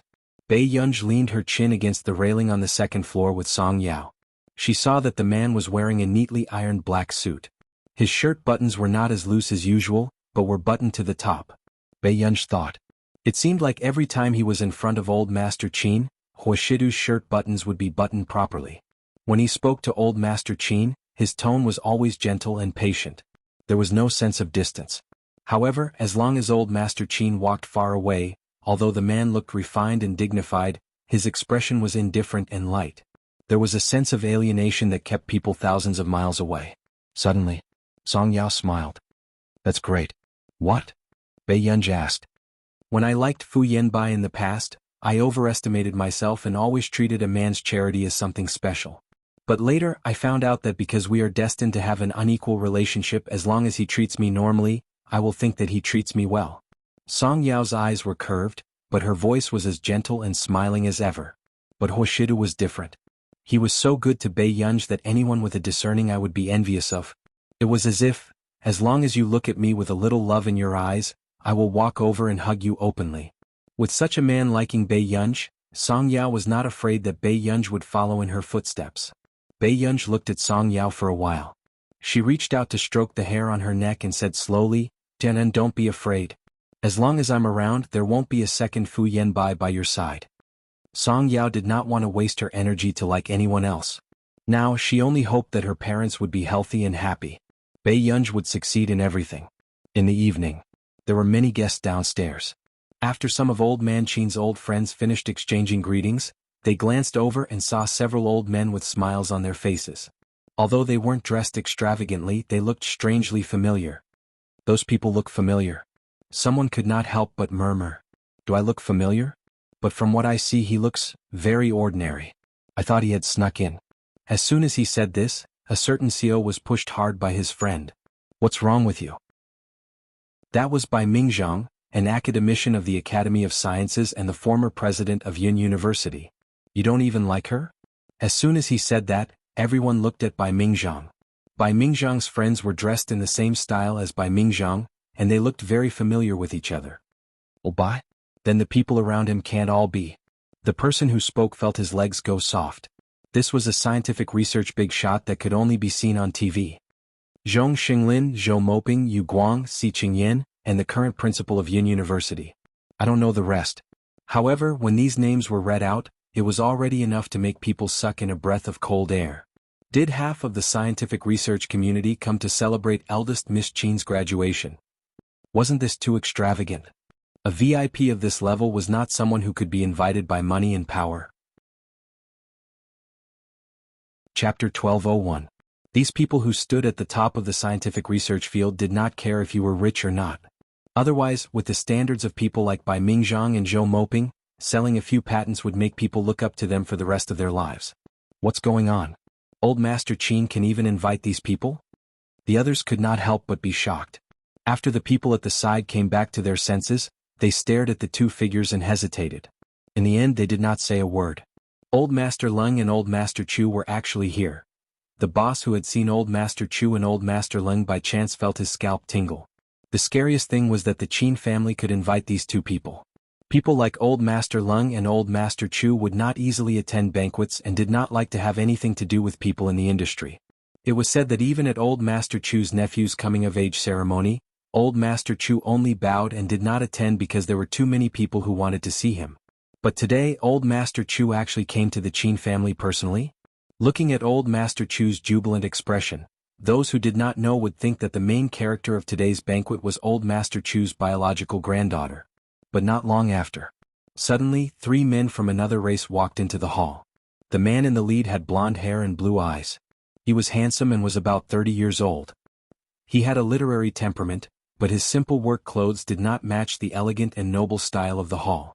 The brown-skinned man behind him had a scar on his jaw and a nail ring on his nose. He did not look like someone to be trifled with. The others were discussing and wished they could retreat 10 meters away. Who were these 3 people? Yunyun's friends? Suddenly they heard a cold voice that sounded neither fast nor slow. Shen Yuan looked up and met the eyes of a handsome and noble man. However, for some reason he subconsciously avoided the man's gaze that seemed to be able to see through people's hearts. He had a feeling that this man gave him a dangerous and oppressive feeling. It should be. This was the first time in so many years that Shen Yuan was suppressed by someone's aura. Then let's wait. She'll be down soon. The man's behavior was gentle and polite. He was not warm, but he did not make the 3 of them feel awkward. It was as if he was born to be a vanity hunter. Soon the people upstairs finally came down. Shen Yuan and the others heard a commotion and subconsciously looked up. It was a girl wearing a grayish-blue tasseled dress. Her long black curly hair was loose, revealing half of her fair neck and exquisite collarbone. Her pair of beautiful phoenix eyes were playful, but they were also bright and charming. You are... Shen Yuan and Bei Yunj looked at each other for a moment and asked hesitantly in a low voice, Max's child? Bei Yunj, her eyelids twitched and she glanced at the big bamboo baskets on hibernating Bear and Pang Hu's back. What are they doing? Did you bring back bamboo shoots? Hearing this familiar cold and aloof tone, Shen Yuan and the others froze. They suddenly had a very unbelievable thought, is this Max? That's not right. How could Max look so young? They had always thought that Max should be a gloomy, solitary, and sickly white scientific research genius. How could she be so beautiful in person? Bei Yunj was also quite silent. She did not know how to face these 3 people who might give her a few baskets of bamboo shoots. It's really you, boss? Pang Hu was the first to become excited because of the meeting, and it also affected the other 2. Brothers, come. Let's find a room and have a good chat. The three of them hugged 3 baskets of unknown things and said sneakily. Chapter 1202. Let me make it clear first. I don't really like bamboo shoots. Next time you can dig up some sweet potatoes, Bei Yunj suddenly said. Xian Yuan, what was wrong with this person? Was she looking down on the economic strength of CI7 too much? Who would come to visit with sweet potatoes and bamboo shoots? My friend, trust me, no one can resist its temptation. Pang Hu revealed a strange and wretched smile. Bei Yunj was even more silent when she heard this. After a while she said, Pang Hu, let me tell you, it's illegal to gather people for obscenity here. If you take out a basket of random tapes, I'll call the police immediately. Pang Hu, in the end. Bei Yunj looked at them suspiciously and went to the second floor with them. On the other hand, the others felt that the young Miss Friends were too strange. One look and they could tell that they were not decent people. In the lounge. When the three of them opened the bamboo basket, what was unexpected was that it was filled with bits and pieces of diamonds, gemstones, gold, jade, and the like. Bei Yunj picked up a heavy taphite. As a rare gemstone, taphites were worth 35,000 yuan in our nation's currency per carat. She threw it to the side. This action made Xian Yuan and the others' eyelids twitch. Then Bei Yunj caught a glimpse of a few raw violet diamonds. They were the size of a pigeon's egg, but they were already bigger than the largest violet diamond on the market. Before Bei Yunj could do anything, Pang Hu immediately went up and held these violet diamonds. Be gentle. The annual production of violet diamonds is less than 12 carats, and the largest on the market is only 2.83 carats. However, the violet diamonds they gave were already 5 carats in size. Not only that, there were only 3 or 4 violet diamonds that were larger than 1 carat on the market. And Bei Yunj had 4 5-carat violet diamonds the size of pigeon's egg. Where did this come from? Bei Yunj raised her eyebrows. Pang Hu immediately said, this was dug up legally and it's also from Amanal mines. If I didn't know that you owed tens of billions, I would have given you half of my fortune. Bei Yunj interrupted, what tens of billions? Pang Hu used the tone of an experienced person and said earnestly, don't be embarrassed, I'm doing this because we're kindred spirits. Young people who hasn't done some messy things. Bei Yunj suddenly laughed. She licked her lips and glanced at them. What nonsense have I done? But for some inexplicable reason he felt a lingering fear. Zhixiong hesitated. Didn't you get caught for robbing a bank and now you're tens of billions in debt? Didn't you join CI7 to pay off your debts? Bei Yunj? Xian Yuan? The director said so. Zhixiong felt Bei Yunj's cold gaze. Not long after. Xian Yuan also felt his hair stand on end. I didn't say anything. I knew you were in need of money. Maybe it's because of debt. Who knew that this group of people would gossip all day long and fill in the blanks like this? A few minutes. After Xian Yuan finished explaining, the atmosphere became awkward. Max, how big is your yard? Planting flowers is so expensive? How many do you have? Just a few hundred square meters. Xian Yuan and the rest still felt that it was normal, but the next moment they heard Bei Yunj continue, Juliet Roses. Xian Yuan, Pang Hu and Zhixiong, was that the legendary million roses that they didn't even dare to touch? Even for people like them who didn't lack money, Juliet roses were famous for being squeamish. Those who could afford to buy them weren't big shots, those who could afford to raise them were the real big shots. Chapter 1203. They were actually pitying someone who raised hundreds of Juliet roses? She really felt that she was living too well. Pang Hu couldn't help but ask, Max, this flower is very difficult to raise, right? You're raising it in Yinqing? It's quite difficult to raise, but the manor's butler takes care of it. The flowers are raised in Neely. If you like them, you can go to Bacton to pick them, Bei Yunj replied after thinking for a while. Xian Yuan also fell silent. Bacton Manor? Bei Yunj replied, yes. For a moment, the atmosphere was dead silent. What kind of crazy big shot was this? Bacton Manor was actually Max's private manor? Soon Xian Yuan and the rest showed signs of rejection. I don't deserve it. I don't dare. That's Juliet roses. Who would dare to pick a few for no reason? Wouldn't that be ruining a real flower? Xian Yuan declined. Thank you. When I can buy a glass garden in Bacton Manor, I'll go pick them.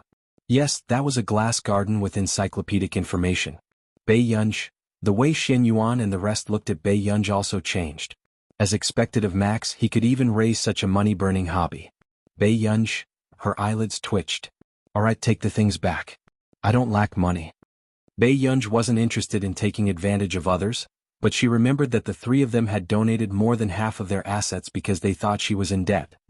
No, I've already taken them. Do I have to carry them back? Pang Hu was the first to object. Then he said, it's not good for a man like me to store so many diamonds. Just take these as a gift for my graduation. But until now they still felt like they were dreaming. Max was actually a prospective college student. Bei Yunj couldn't stand the three of them nagging and agreed to accept them. But from the corner of her eye she saw a document bag inside. What's this? Bei Yunj had just picked it up when she heard Jixiong's explanation. He was proud and arrogant. This is some information about the private jet I'm giving you. It doesn't matter if you don't have a pilot's license. Anyway, you can hire someone to drive it for you.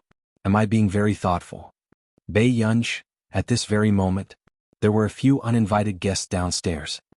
The Qin family's eldest Mrs. graduation banquet is indeed a grand occasion. Everyone turned around and saw a few familiar faces of the foreign races. Beside the exquisitely dressed foreign girls, there was a beautiful girl in a white dress. That's Qin Yojiao. Why is she here? Some people were discussing in a low voice. This time, old Master Qin did not invite many people and no one expected to see Qin Yojiao here. The socialites around her seemed to be some famous socialites in the Neely Circle. Do you know about the Neely 18 Beauties Association? Hearing this, someone immediately reacted. Qin Yojiao went that time too, right? Therefore, were these top socialites in the Neely Circle friends of Qin Yojiao? Everyone present was smart. How could they not see that Qin Yojiao's motive for coming today was not simple? Was she trying to suppress him on the spot?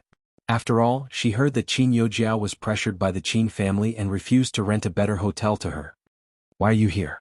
Old Master Qin's expression darkened. Seeing Qin Yojiao's posture, the taste of blood surged up his throat. Grandpa, you don't want me to come so much? Qin Yojiao maintained an appropriate smile and asked in return. At this moment, the socialite beside Qin Yojiao sneered. The Qin family's eldest miss is so thick-skinned. Aren't you going to come out and meet the guests? Chapter 1204. Many people present knew the first person to speak. It was Vera, the only daughter of the chairman of Banger Corporation. She was also a famous socialite in Neely. Master Du, I'll get someone to settle it. Zhou Yu frowned. He had just pressed his Bluetooth earpiece and was about to deal with these people when he was interrupted by Huashidu. No need. Huashidu's slow voice confused Zhou Yu. Huh? No need to deal with them? But wasn't Master Du always nervous about Miss Pei? How could he bear to let Miss Pei be bullied? At this moment, Huashidu looked at the person leaning lazily against the railing on the stage and turned to walk down. His upturned eyes were lazy and light as he replied slowly, they provoked Bei Yunj. Zhou Yu did not understand what he meant, but Zheng Su understood. Master Du wanted to use these people to establish Miss Pei's authority. There were so many people in the industry present.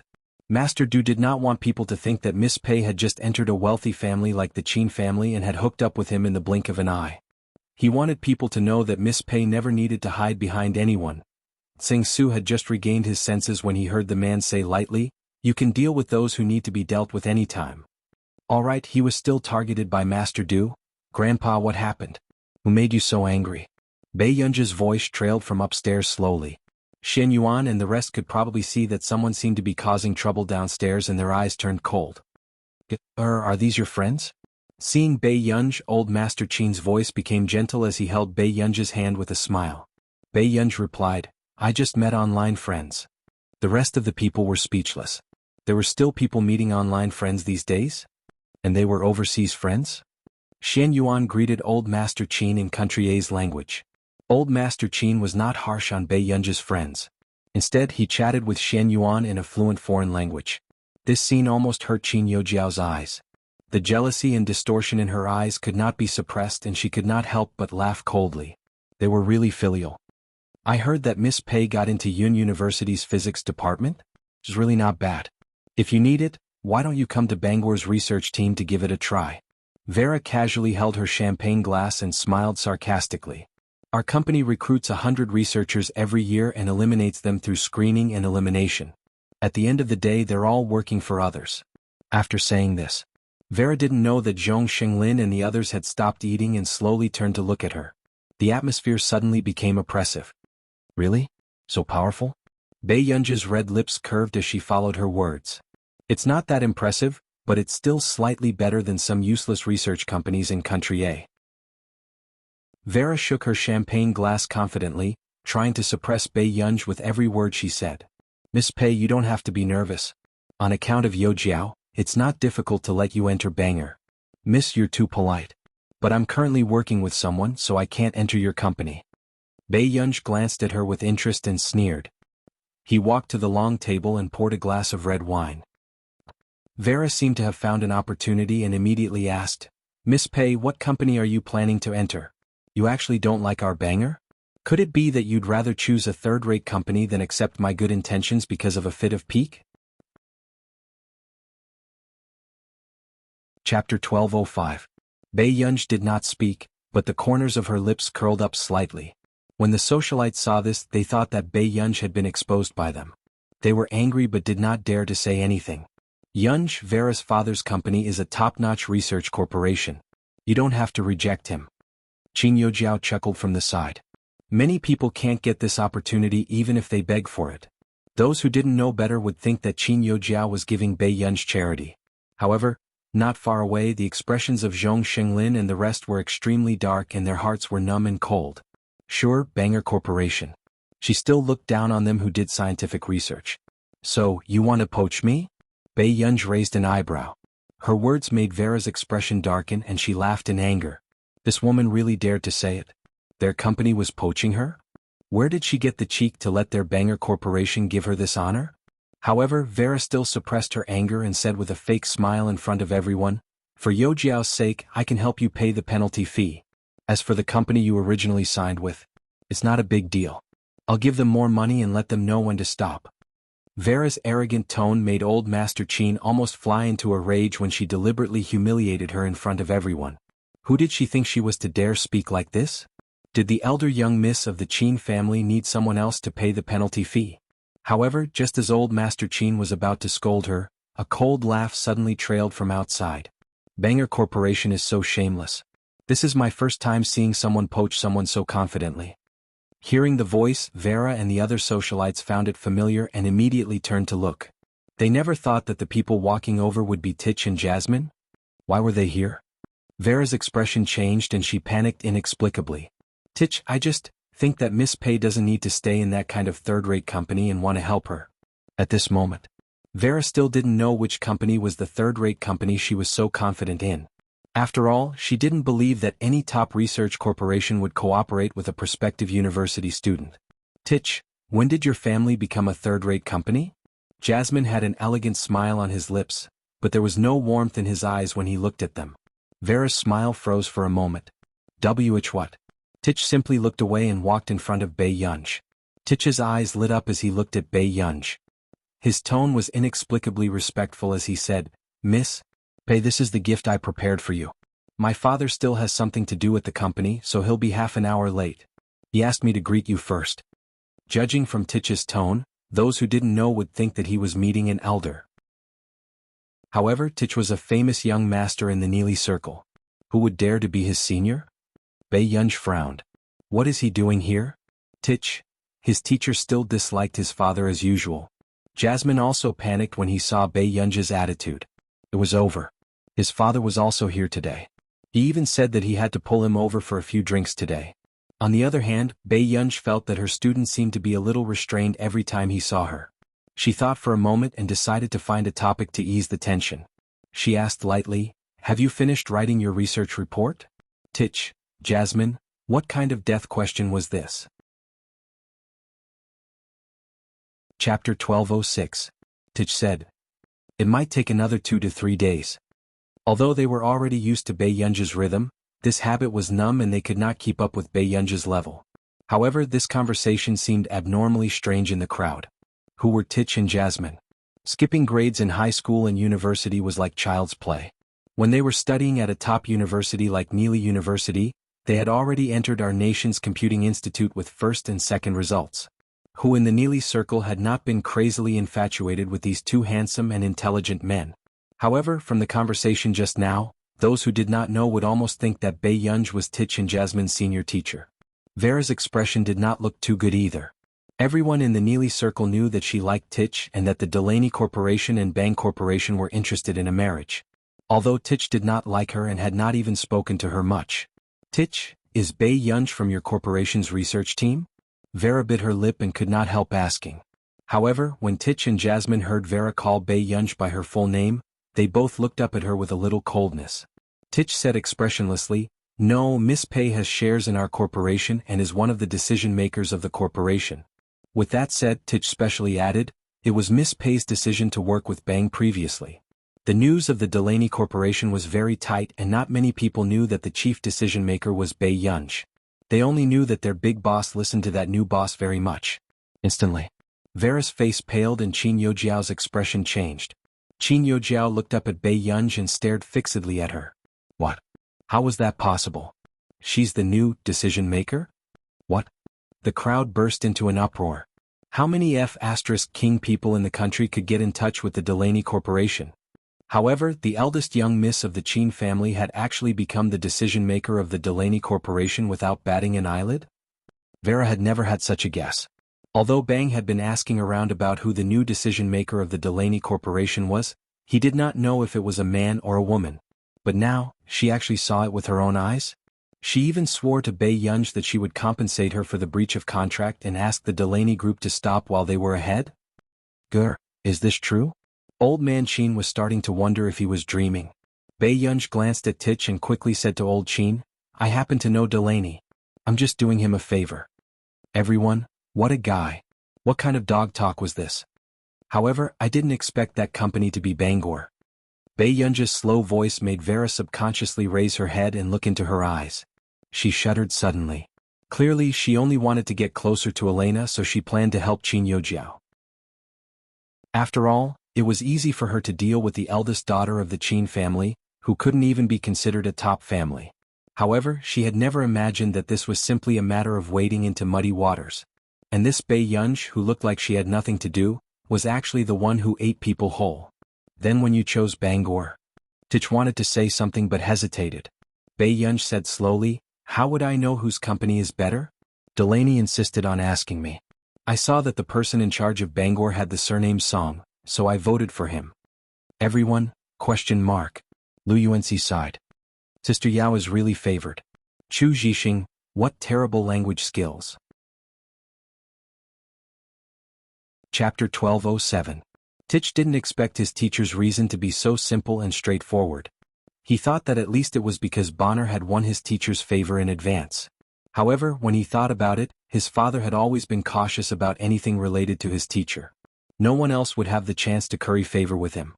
When Vera heard Bei Yunj's words, her expression changed even more. Ever since she started working with Delaney this year, their company had been thriving, so Vera's status in the socialite circle had also risen. But now she had offended the person who had brought all this to her. Suddenly, everyone heard a sneer not far away. "Indeed, we can't match up to a big company like Bonner Group. I didn't expect that the Banger Group had never taken us seriously." Vera frowned subconsciously and looked at the person who spoke in disgust. However, when she saw who it was, her face turned pale. Zhong Xinglin? Why was Zhong Xinglin from the Computing Institute here? "Mr. Zhong, why are you here?" Vera's expression was ugly as she forced a smile. There was a reason why Vera knew Zhong Xinglin. Back then, Bonner had begged for 3 years before they got the chance to work with the Computing Institute. She didn't expect to meet Zhong Xinglin on this occasion. When Zhong Xinglin rejected her father's invitation, he had said that he didn't like to get involved in anyone's banquet. "Why? Do I need your family's permission to work for your company and attend a junior's graduation banquet?" Zhong Xinglin's tone was very bad, making Vera hesitate. "I didn't." Unexpectedly, Zhong Xinglin interrupted coldly. "In that case, the termination letter from the Computing Institute will be sent to your company's email tomorrow morning. Although I, Zhong Xinglin, have been doing research all my life, I don't lack companies that are begging to cooperate." Instantly, Vera's face turned pale. Her father had been begging for 3 years, but because of her words, it was completely ruined? No. If her father were to find out about this, he would definitely want to chase her out. Especially in the past 2 years, after entering the Computing Institute, the institute had always been in the limelight. "Elder Zhong, I'm young and ignorant. Please don't take it to heart. I'll apologize to you, is that okay?" Vera's eyes were red and she felt even more regretful. Why did she have to find trouble to help Qin Yojiao vent her anger today? This matter had nothing to do with her. Miss Vera, please respect yourself. We old fellows have heard your words clearly. After Zhong Xinglin finished speaking, Miss Vera realized that the people around Zhong Xinglin were all familiar faces in Country A's scientific research field. Even though she had always been proud of Country R's scientific research capabilities, she also knew that this group of people, even those ruthless figures in Country R's scientific research field, did not dare to offend them easily. Vera felt the gazes of these big shots and her legs went soft for a moment. How could this be? It was clearly just a banquet for the eldest daughter of the Qin family. Why were all these lofty scientific research bigwigs here?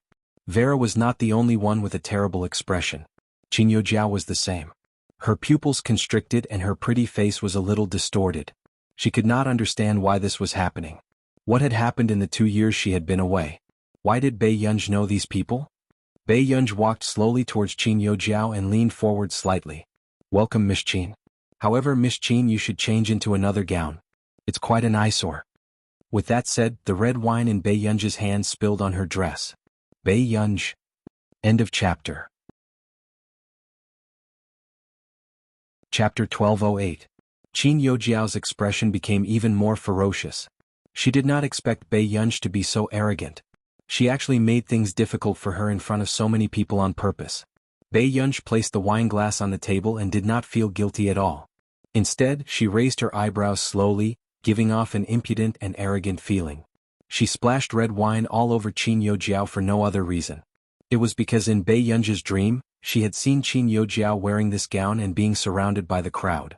However, because of Qin Yojiao's words, the original owner was deliberately locked in the door by the servants and given leftovers. She did not want to see Qin Yojiao as an eyesore in this situation. Bei Yunj glanced sideways at Qin Yojiao, who was trembling in anger. She was about to walk around when she saw Qin Yojiao staring at someone. Qin Yojiao bit her lip. This was the first time she felt so humiliated. But when she looked around, no one wanted to help her. They were all looking at her with cold or sarcastic eyes. Qin Yojiao had just looked away when she saw the man with a carefree expression. The man was still the same as always. His expression was indifferent, as if no one and nothing could enter his eyes. A dark look flashed past Qin Yojiao's eyes and she pursed her lips as she walked towards the man. Everyone thought that she was going to change her clothes. But in the next second, Qin Yojiao walked closer and closer to Huashidu. Just as a strange glint flashed past her eyes and she wanted to pretend to fall and get closer to the man, Bei Yunj suddenly walked over quickly. Before anyone could react, Qin Yojiao was suddenly grabbed by the back of her neck as if he was holding an animal. She was pulled back by Bei Yunj. When their eyes met again, there was no smile in Bei Yunj's eyes, but Qin Yojiao felt a chill run down her spine. She pinched the back of Qin Yojiao's neck and did not let go. Her tone was playful and filled with hostility. Why are you relying on him? Relying on me? However, Qin Yojiao's thoughts were exposed and her heart turned cold and nervous. I didn't. Qin Yojiao did not know why, but she wanted to get close to that man just now. Looking at Bei Yunj's exasperated expression. But it was definitely not like now. She was grabbing the back of her neck as if she was holding a cat or dog, but her eyes were dangerous as if she was looking at a dead person. You're quite good. Bei Yunj's tone was cold as she flung him away. Qin Yojiao. Of her, she could only bite her lip and look at Hua. Mr. Hua, When Sung Su saw this scene, he felt that his master was in a difficult position. Why was he being pestered even though he had done nothing? Moreover, Miss Pei's possessiveness was too strong. Suddenly, the man stood up and walked towards them. Seeing him, Yojiao's eyes. However, after that, the man only held Bei Yunj's hand casually and walked to the side, not even looking at her. Sung Su, it's settled. Yojiao. In Yojiao no, they. However, the man held Bei Yunj's hand and did not even look at anyone else. Yes. Sung Su answered and walked in front of Qin Yojiao. Miss Qin, do you need me to say anything else? Bei Yunj knew that it was not a man's business to be held by someone, but she still said sourly. You seem to be very good at seducing people. Even Qin Yojiao had taken a fancy to him. Washidu was speechless. He did not know what this child was thinking about all day long. P.S. At least you can sleep first. I'll take a shower and continue reading. End of chapter. Chapter 1209. He was about to reach out and pinch Bei Yunji's face when Bei Yunji avoided him. Are you that angry? Huoshidu's lips curled up unconsciously. Before Bei Yunji could speak, she suddenly heard someone calling her. She could only glare at Huoshidu with gritted teeth. Huoshidu rarely felt that his child was a little fierce. After Bei Yunji left, Zhou Yu walked over carefully. Master Du, Miss Pei's expression just now looked like she wanted to eat someone. Who knew? Huoshidu laughed, casual and frivolous. I didn't say that I wouldn't let her eat it. When the little girl pulled a long face, she gritted her teeth fiercely. Grandpa, what's the matter? Bei Yunji walked over and her unhappiness dissipated. Look, this is your Grandpa Sheng's grandson. He's the same age as you. Old Master Qin seemed to have drunk too much and was overjoyed. Bei Yunji's eyes met with the blushing face of the handsome boy opposite her and suddenly had a bad feeling. And Miss Pei is really amazing. How did you get 749 marks in the college entrance examination? The boy seemed to be trying his best to talk to her. Qin Yu and Qin Lang watched from the side, their eyes filled with danger.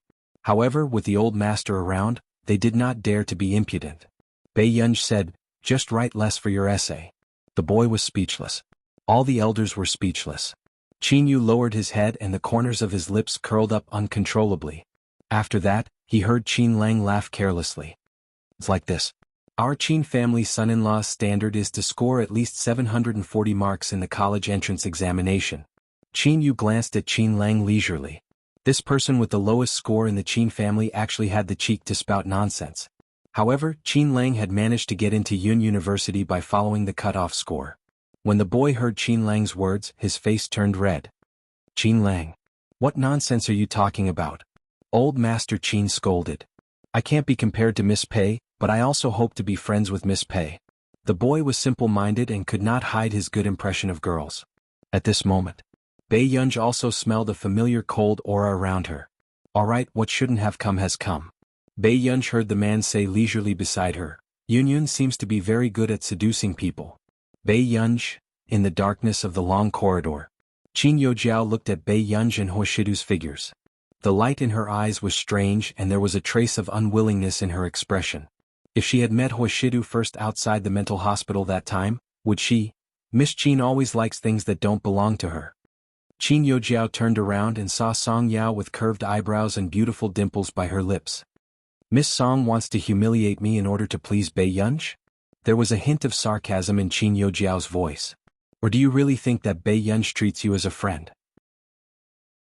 With you by her side, she only sees you as a foil. I don't think Miss Qin has any friends, only people who make use of each other, right? Song Yao's voice was gentle, but it was filled with determination. There was no smile in her eyes. Yunji won't spend her time on you, but my time isn't worth anything. Miss Qin, you can try to play tricks again next time.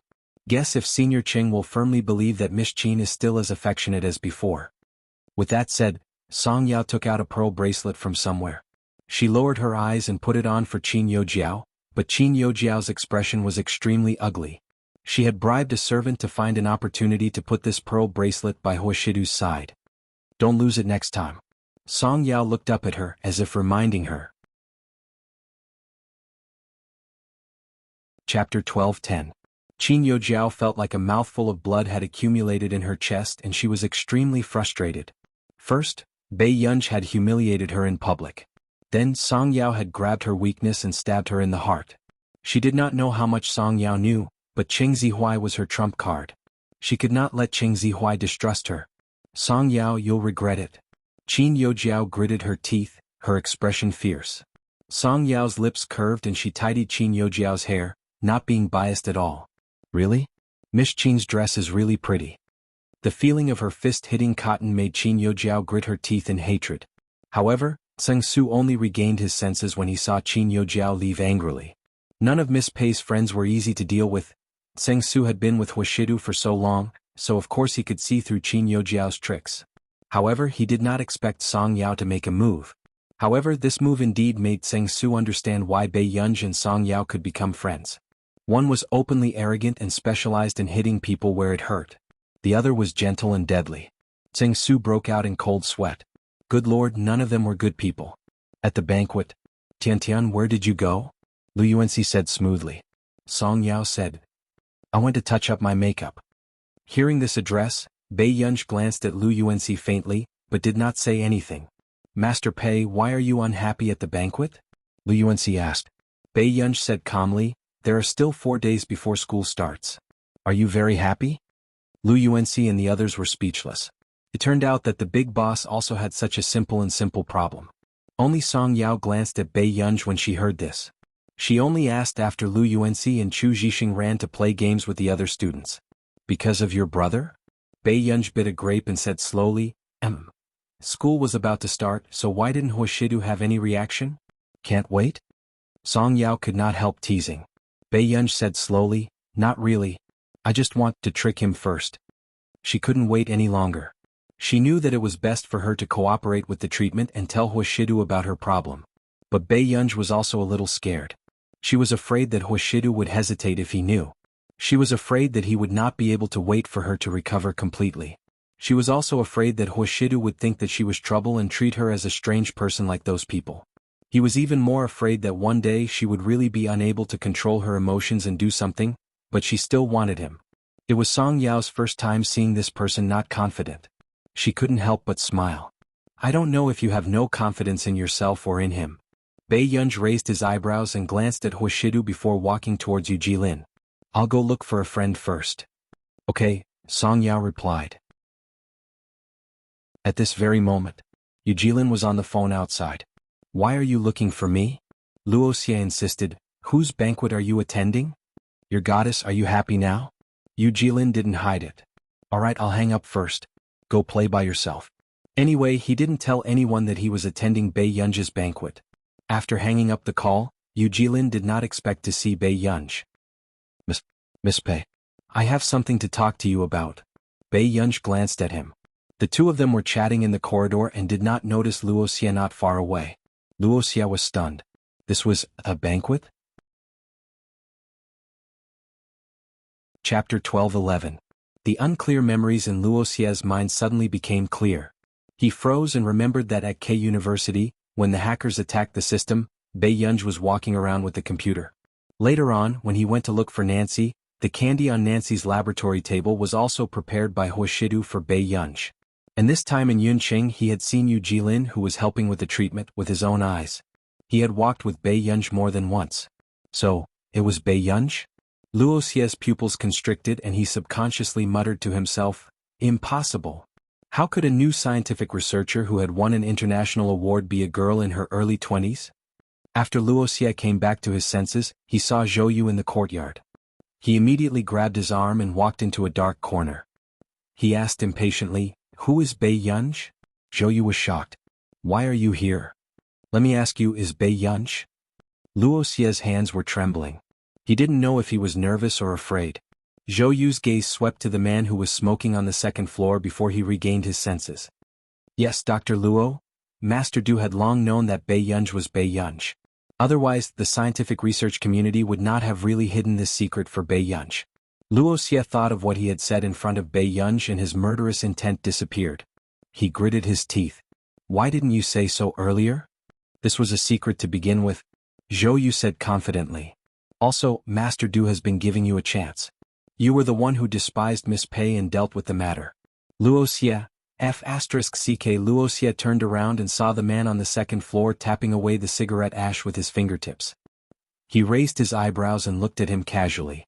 Luo Xie took a deep breath. He knew that it was definitely not a coincidence that he had accidentally learned this secret this time. Huashidu had calculated the path for him to take. Your master's really good.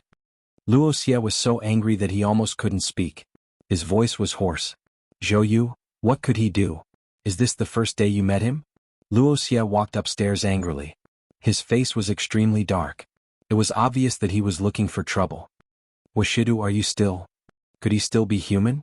However, in the next second, before Luo Xie could finish speaking, he saw Bei Yunj looking at him coldly. Luo Xie's face was full of vulgarities. Dr. Luo, this is my place. Who are you looking for trouble with? Bei Yunj asked with a faint smile, blatantly protecting the man behind her. Luo glanced sideways at the man behind Bei Yunj and raised his eyebrows lazily at him. A mouthful of blood was stuck in his throat. What a dog. Is he even human? Yun Luo Xie should be looking for me.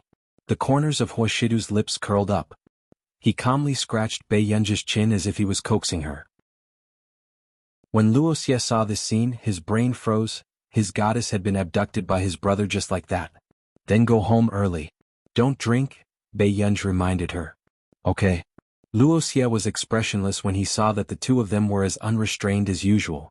After Bei Yunji left, Luoxia took a deep breath. Huashidu, you're really good. I was fooled by you. I didn't intend to fool you. Huashidu said calmly, she didn't want you to know. Then you're deliberately letting me know now? Huashidu bit the cigarette and took a puff. He blew out a beautiful smoke ring and said unhurriedly, there's something wrong with the way your little junior brother looks at my child. Chapter 12:12. Then, Huashidu casually put out the cigarette in his hand. It's good that you two are restraining each other. He raised his eyes. Besides, aren't you more professional? A professional doctor wouldn't have any thoughts about a patient, right? Luoxia. He had already dealt with him at the root, so he was placed by Bei Yunji's side. Luoxia took a deep breath. When he thought of what he had said to Bei Yunji, he wished he could beat himself to death. Don't be sad. Hearing the man suddenly speak after a moment of silence, Luoxia thought that Huashidu wanted to comfort him, so he looked up at him. However, he did not expect to hear Huashidu say unhurriedly, no matter what, you don't have a chance. Luoxia, why did he expect Huashidu to be a human? A few days later, Yun University officially started school. However, Yun University also had a tradition that freshmen had to stay in the main school. As a result, Bei Yunji, who had never stayed in school before, was a little uncomfortable. However, looking at Huashidu's behavior during this summer vacation, Bei Yunji felt inexplicably unhappy. Are you sure you don't have anything to tell me? In the car, Bei Yunji asked. Even Tseng Su felt a chill run down his spine as he lowered his head and lowered his head. As expected, he looked up and saw Bei Yunji's expression that said, aren't you King coaxing me? He then turned to look at Huashidu. His Master Du's originally cold peach blossom eyes were now smiling affectionately. No matter how he looked at it, he had an expression that said, my child is so cute. Tseng Su. He didn't understand. He really didn't understand what kind of special interest this was. Do you have to stay in the main school? The man licked his lips and whispered into her ear. Yes. Bei Yunji leaned lazily against the car window. We can't be special, right?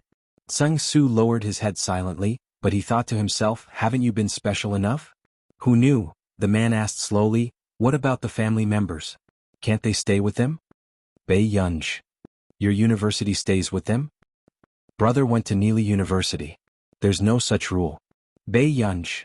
After getting out of the car, Bei Yunji suddenly tugged at the edge of the man's suit jacket, revealing the man's white shirt underneath. Huashidu also bent down obediently and listened to her tiptoe. He blew into her ear and asked, didn't brother say that everything will be mine if I do well?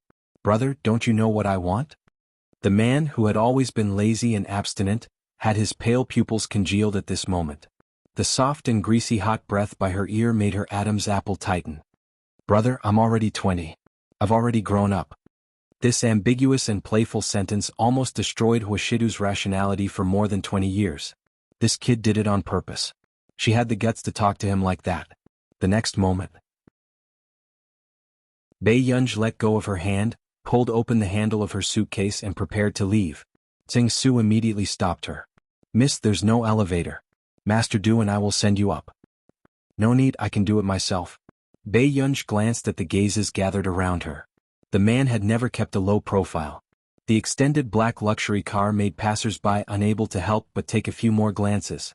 Fortunately, it was Huashidu. If this did not stop Qin Yu and Qin Lang, those two hot faces would make it impossible for her to live a good life in school. Brother, see you during the holidays. Huashidu looked at Bei Yunji and felt that this child was up to something. After they left, Huashidu sat back in the car and slowly let out a breath of foul air. How are the preparations going? Chapter 12:13. It'll take another half a month. Tseng Su said carefully. Huashidu turned the expensive watch on his wrist carelessly. Thinking of how the girl had leaned close to him just now, that faint fragrance made it difficult for him to control himself. It burned his heart that had calmed down for a long time. Born in a prestigious family like the Hua family, Huashidu had seen a lot of ugliness and obsession in the industry since he was young. However, his natural coldness and the Hua family's innate upbringing made men accept the secular world, but they also scoffed at things like lust. But now what was growing crazily in his mind was the desire he had once scoffed at. Especially when Pei Yunj said, "I'm 20 years old. I've already grown up." The moment Hoshidu closed his eyes, he recalled the scene of Pei Yunj going downstairs to drink water in her white pajamas. Her fair and slender legs were swaying. The man opened his eyes unhurriedly. His pale-colored pupils were unfathomable, but he chuckled hoarsely. This child had done it on purpose. She had only teased him on purpose when she left.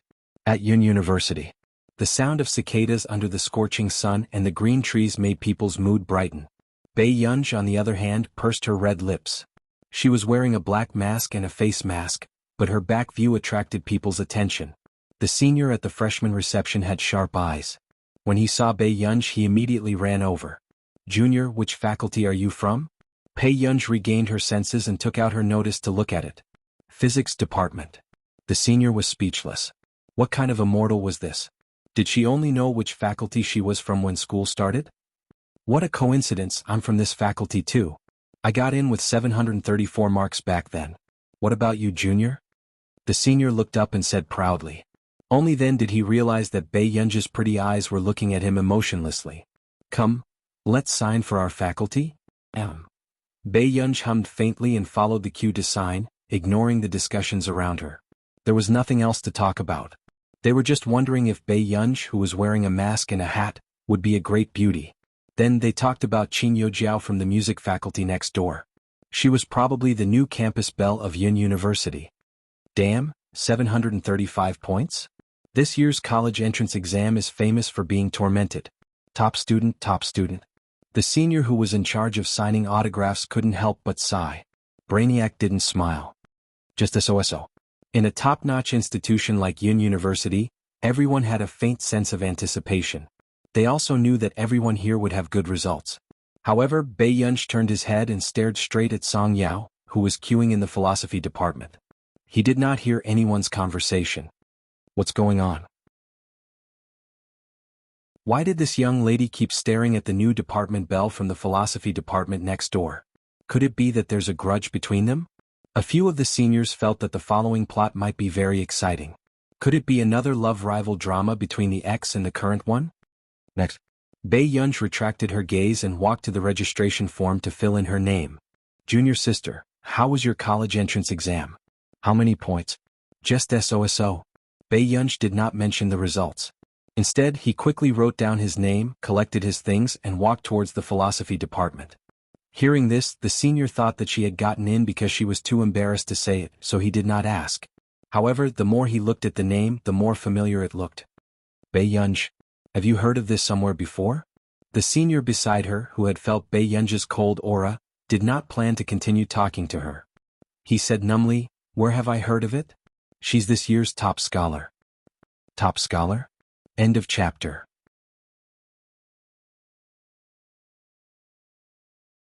Chapter 12-14. The senior stood up suddenly and saw their college entrance examination top scholar suddenly hug the gentle-looking but indifferent philosophy department belle from behind. Why did the scene look so orangey? That's the college entrance examination top scholar? After the seniors regained their senses, they stood up abruptly. Previously, in the office, they had heard the computing department boast that the top scholar would definitely enter their department. They did not expect the top scholar to enter their physics department. At this moment, just as they thought that the gentle and distant philosophy department belle would push away their department's top scholar, they saw the department belle turn around and take off Bei Yunj's black mask. They could not see the big boss's true face clearly, but that extremely beautiful face made them feel like they had been struck by a god from 10 meters away. How could the college entrance examination top scholar look like this? The creator was too unfair. "Is our department going to have a school bell?" the senior asked in a daze. "I think so." Bei Yunj saw that Song Yao's face was red from the sun and the tip of her nose was sweating. He took off his hat and covered her head as if there was no one else around. "No, you wear it." Song Yao refused. "I have an umbrella in my bag." Bei Yunj gestured for her to open her bag. So, the surrounding Yun University students saw the subtle intimacy between their school bell and department bell. Were there too many useless things in their minds? Song Yao opened the umbrella again and Bei Yunj naturally scooped something into her pocket. After taking the candy, he ate it. Are you a robber? Song Yao asked from the bottom of her heart. Pei Yunj maintained her composure. She was so good that she had forgotten herself. Did I steal your heart? Song Yao was speechless. The senior who handed out the information sheet also heard the dirty words. What the hell was this? Pei Yunj liked to tease Song Yao very much. Seeing her expression that said, I'm numb, it was much more pleasing to the eye than her usual docile face. However, she did not expect that her shameless words would cause thousands of posts on the school's forum. Later, even Hua Shidu found out about it. On the way, Pei Yunj and Song Yao returned to the dormitory together. They were originally in a good mood. But later, she found out that she and Song Yao were not in the same dormitory. Why are you on the 5th floor? Pei Yunj asked. Song Yao said, the philosophy department is on the 5th floor. Pei Yunj. Then why am I on the 4th floor? The physics department should be on the 4th floor. Song Yao thought that Pei Yunj was unhappy and told her that she would accompany her to the canteen for dinner after tidying up the dormitory. This was the first time Pei Yunj had to suffer in silence. She did not tell Song Yao that before school started, she had hacked the school's website and changed her dormitory. However, Si Qingyan probably found out and changed it back. Pei Yunj felt that Li Siqing's behavior was inappropriate. Very good. However, she had no choice but to follow the arrangement and head to her own dormitory. 409. Haining, you're amazing. You actually scored 739 points in the college entrance exam. A girl praised. The girl who was praised smiled. No, there are bonus points for the college entrance exam. Su Xianing, who was playing games, was expressionless and could not be bothered to respond to such meaningless words. But you're the one with the highest score in our physics department, right? Haining chuckled. How is that possible? With that said, the door was suddenly pushed open. Pei Yunj was still thinking about Si Qingyan and did not release the cold aura on her, so she was caught off guard and met her roommates. End of this chapter. Chapter 12-15. Seeing Pei Yunj's cold aura, fear inexplicably appeared in the eyes of the others. However, Pei Yunj glanced at the 4 people who had arrived and greeted them casually. Hello. Pei Yunj was not good at interacting with people and did not like meaningless socializing. In the eyes of others, he was indeed not easy to get close to. Even Song Yao had sent him camellia cakes for a week or two. Pei Yunj could not help but go over and ask, don't you have anything to eat today? Song Yao had also thought that Pei Yunj looked like the ragdoll cat she had raised in the past, so she could not help but hit on Pei Yunj. Hello, my name is Du Mingting. My name is Hai Ning. When Su Xianing saw Pei Yunj, she was in disbelief. Why did you choose physics? When Pei Yunj saw Su Xianing, he remembered this girl's golden words. If I meet you at Yun University in the future, I will still report you. How shameless of you to get someone to do your homework for you. Pei Yunj lazily placed his luggage in front of him and asked casually, it can't be because of you, right? Su Xianing's face distorted and she was so angry that she wanted to say something but stopped herself. F***ck, why did she bump into this person everywhere? Was she haunting her? Do you know each other? Du Mingting asked. Hai Ning maintained her smile and did not speak. However, Su Xianing laughed coldly and mocked, who doesn't know this year's college entrance examination top scholar? With that said, even the classmate who was already lying on the bed beside her rolled over and got up to see the face of this year's college entrance examination top scholar. The college entrance examination top scholar. It was one thing to have a high IQ, but wasn't it too much to look like this with a high IQ? I think so. Pei Yunj tidied up the bed. These words made Hai Ning's smile freeze. However, she was not sure how many points this year's college entrance examination top scholar had and how much higher she was than her. How many points did you get in the college entrance examination? Her roommate continued to ask. Su Xianing interrupted faintly, 749. When Su Xianing found out about this, she had mixed feelings.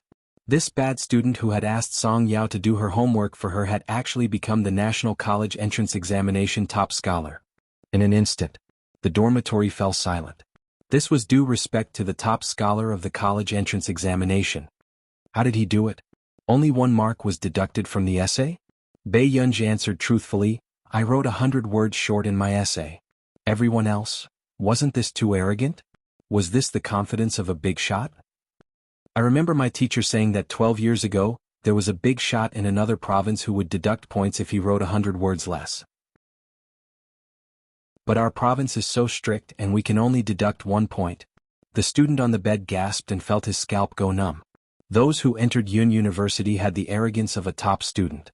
However, this was a big-shot contestant who dominated the college entrance examination this year. Who would want to show their presence in front of this person? Only Hai Ning pursed her lips and glanced at Bei Yunj with an unsightly expression. She felt an inexplicable sense of injustice. Then let's go downstairs together later. Du Mingting suggested enthusiastically. Suddenly, Bei Yunj's cell phone rang in her pocket.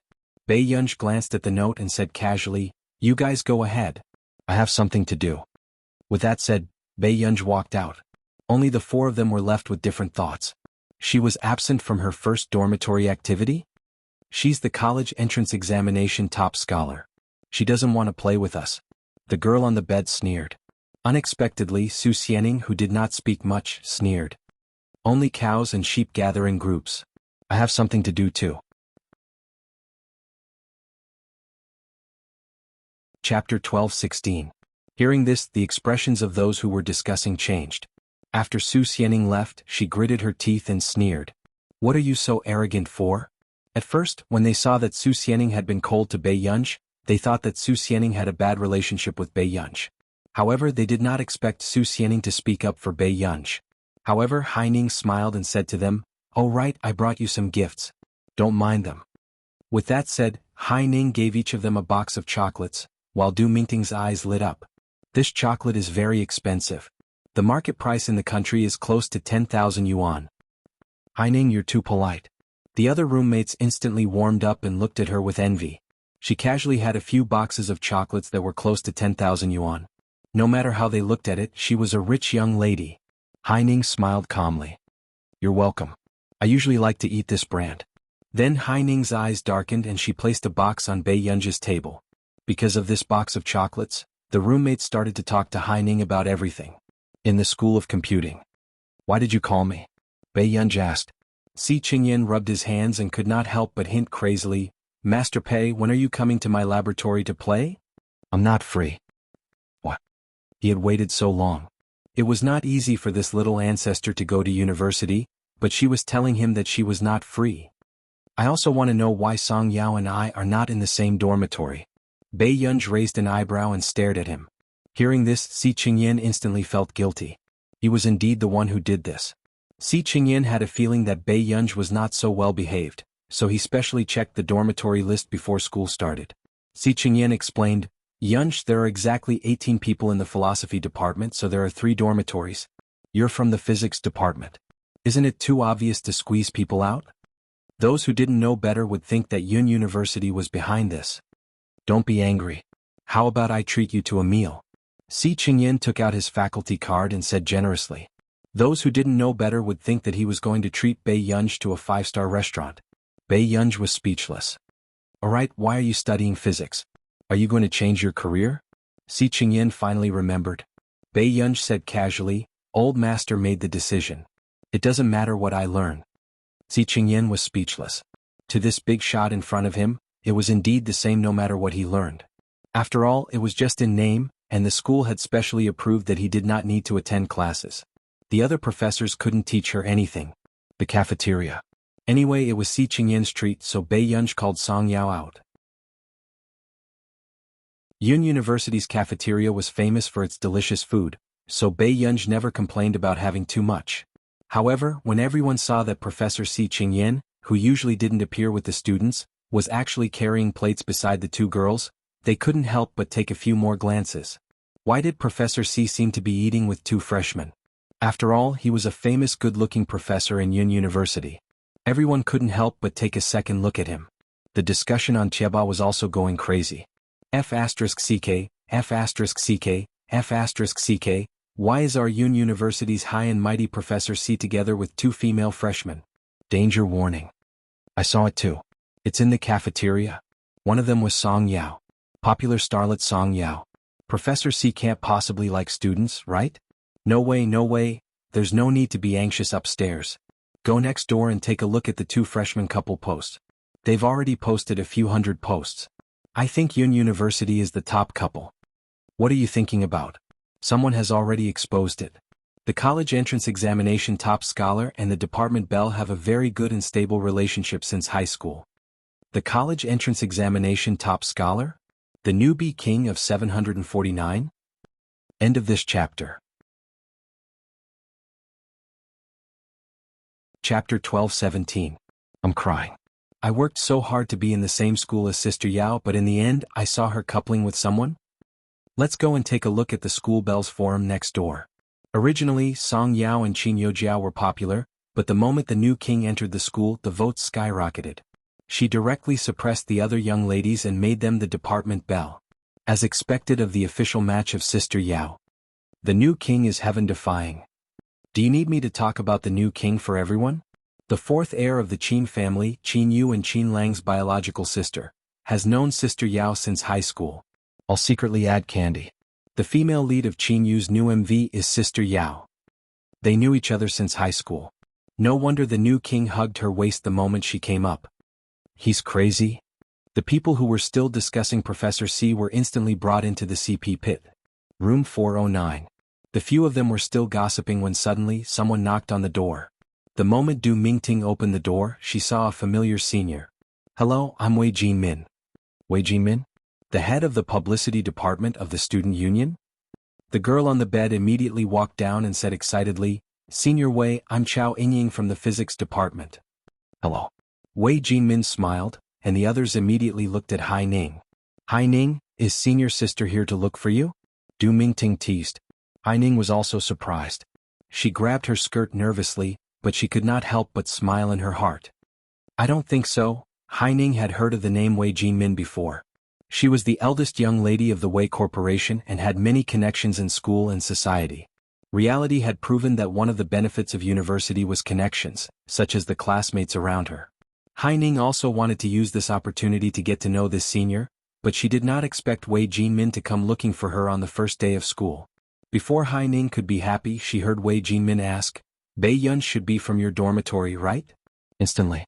The atmosphere was silent and it was a little awkward. Hai Ning's smile froze. Senior Wei, are you here to look for Bei Yunj?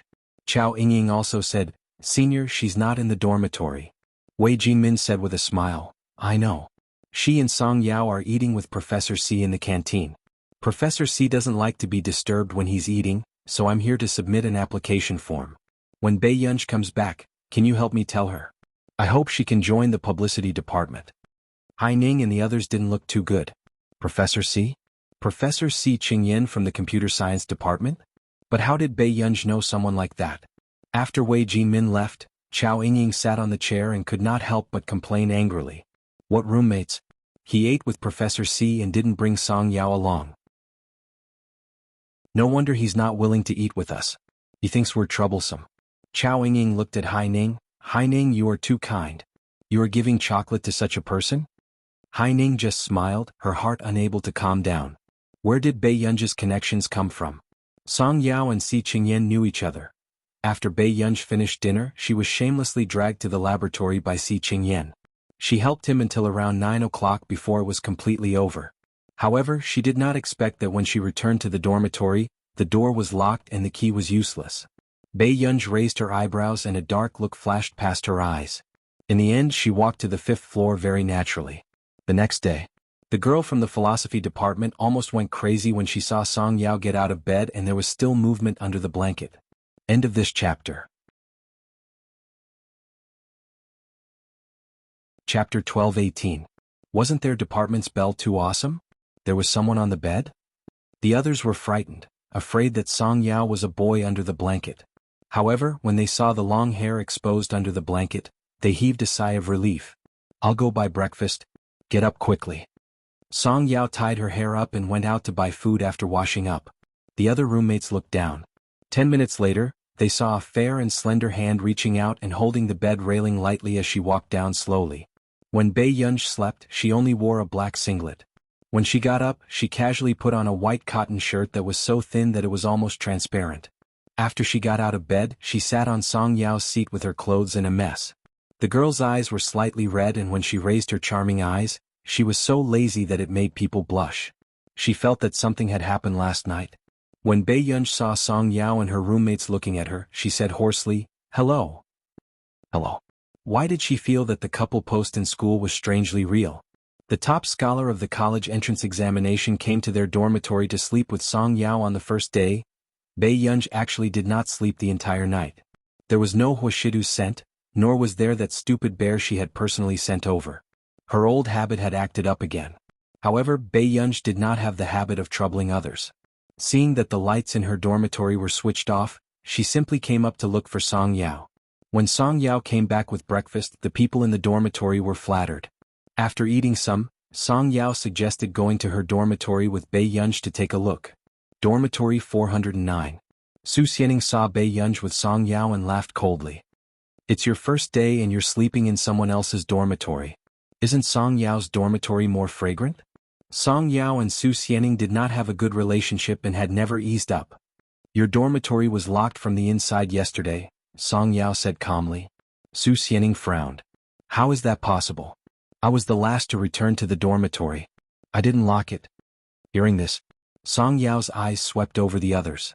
Seeing a trace of panic flash past Chao Yingying's eyes, she immediately understood. Maybe someone was careless. Song Yao finished speaking as if nothing had happened and Chao Yingying heaved a sigh of relief. When Chao Yingying saw Haining walk in, she quickly smiled and said, Bei Yunj, Haining brought you some chocolate. It's on your table. It's worth more than 10,000 yuan. Yes, thank you. Bei Yunj glanced at the chocolate on the table and hummed in response. Then she placed the snacks Song Yao had bought for her on the table. Haining casually glanced at the snacks. They were all cheap goods from convenience stores. The smile on her face deepened. Haining, why is the dean looking for you so early in the morning? Du Mingting asked. Haining couldn't hide the joy in her eyes. She couldn't help but look at Bei Yunj. Let me speak as the representative of the freshmen. I thought that the director would think that you're the freshman representative, Yunj. Bei Yunj raised an eyebrow and didn't say anything else. Congratulations. Everyone else. Yesterday in the laboratory, Bei Yunj had even rejected the representative of Yunqing University from the International Academic Conference. How could Si Qingyan be stupid enough to ask Bei Yunj if she wanted to be the freshman representative?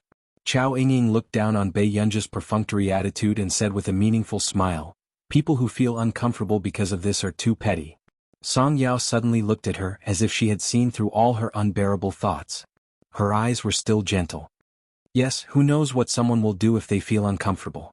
Chao Yingying's face was livid, but she was speechless.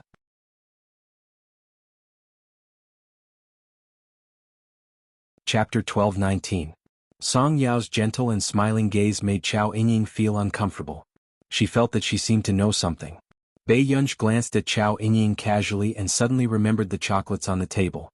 She took out a stack of tickets from her book and placed it on Haining's table.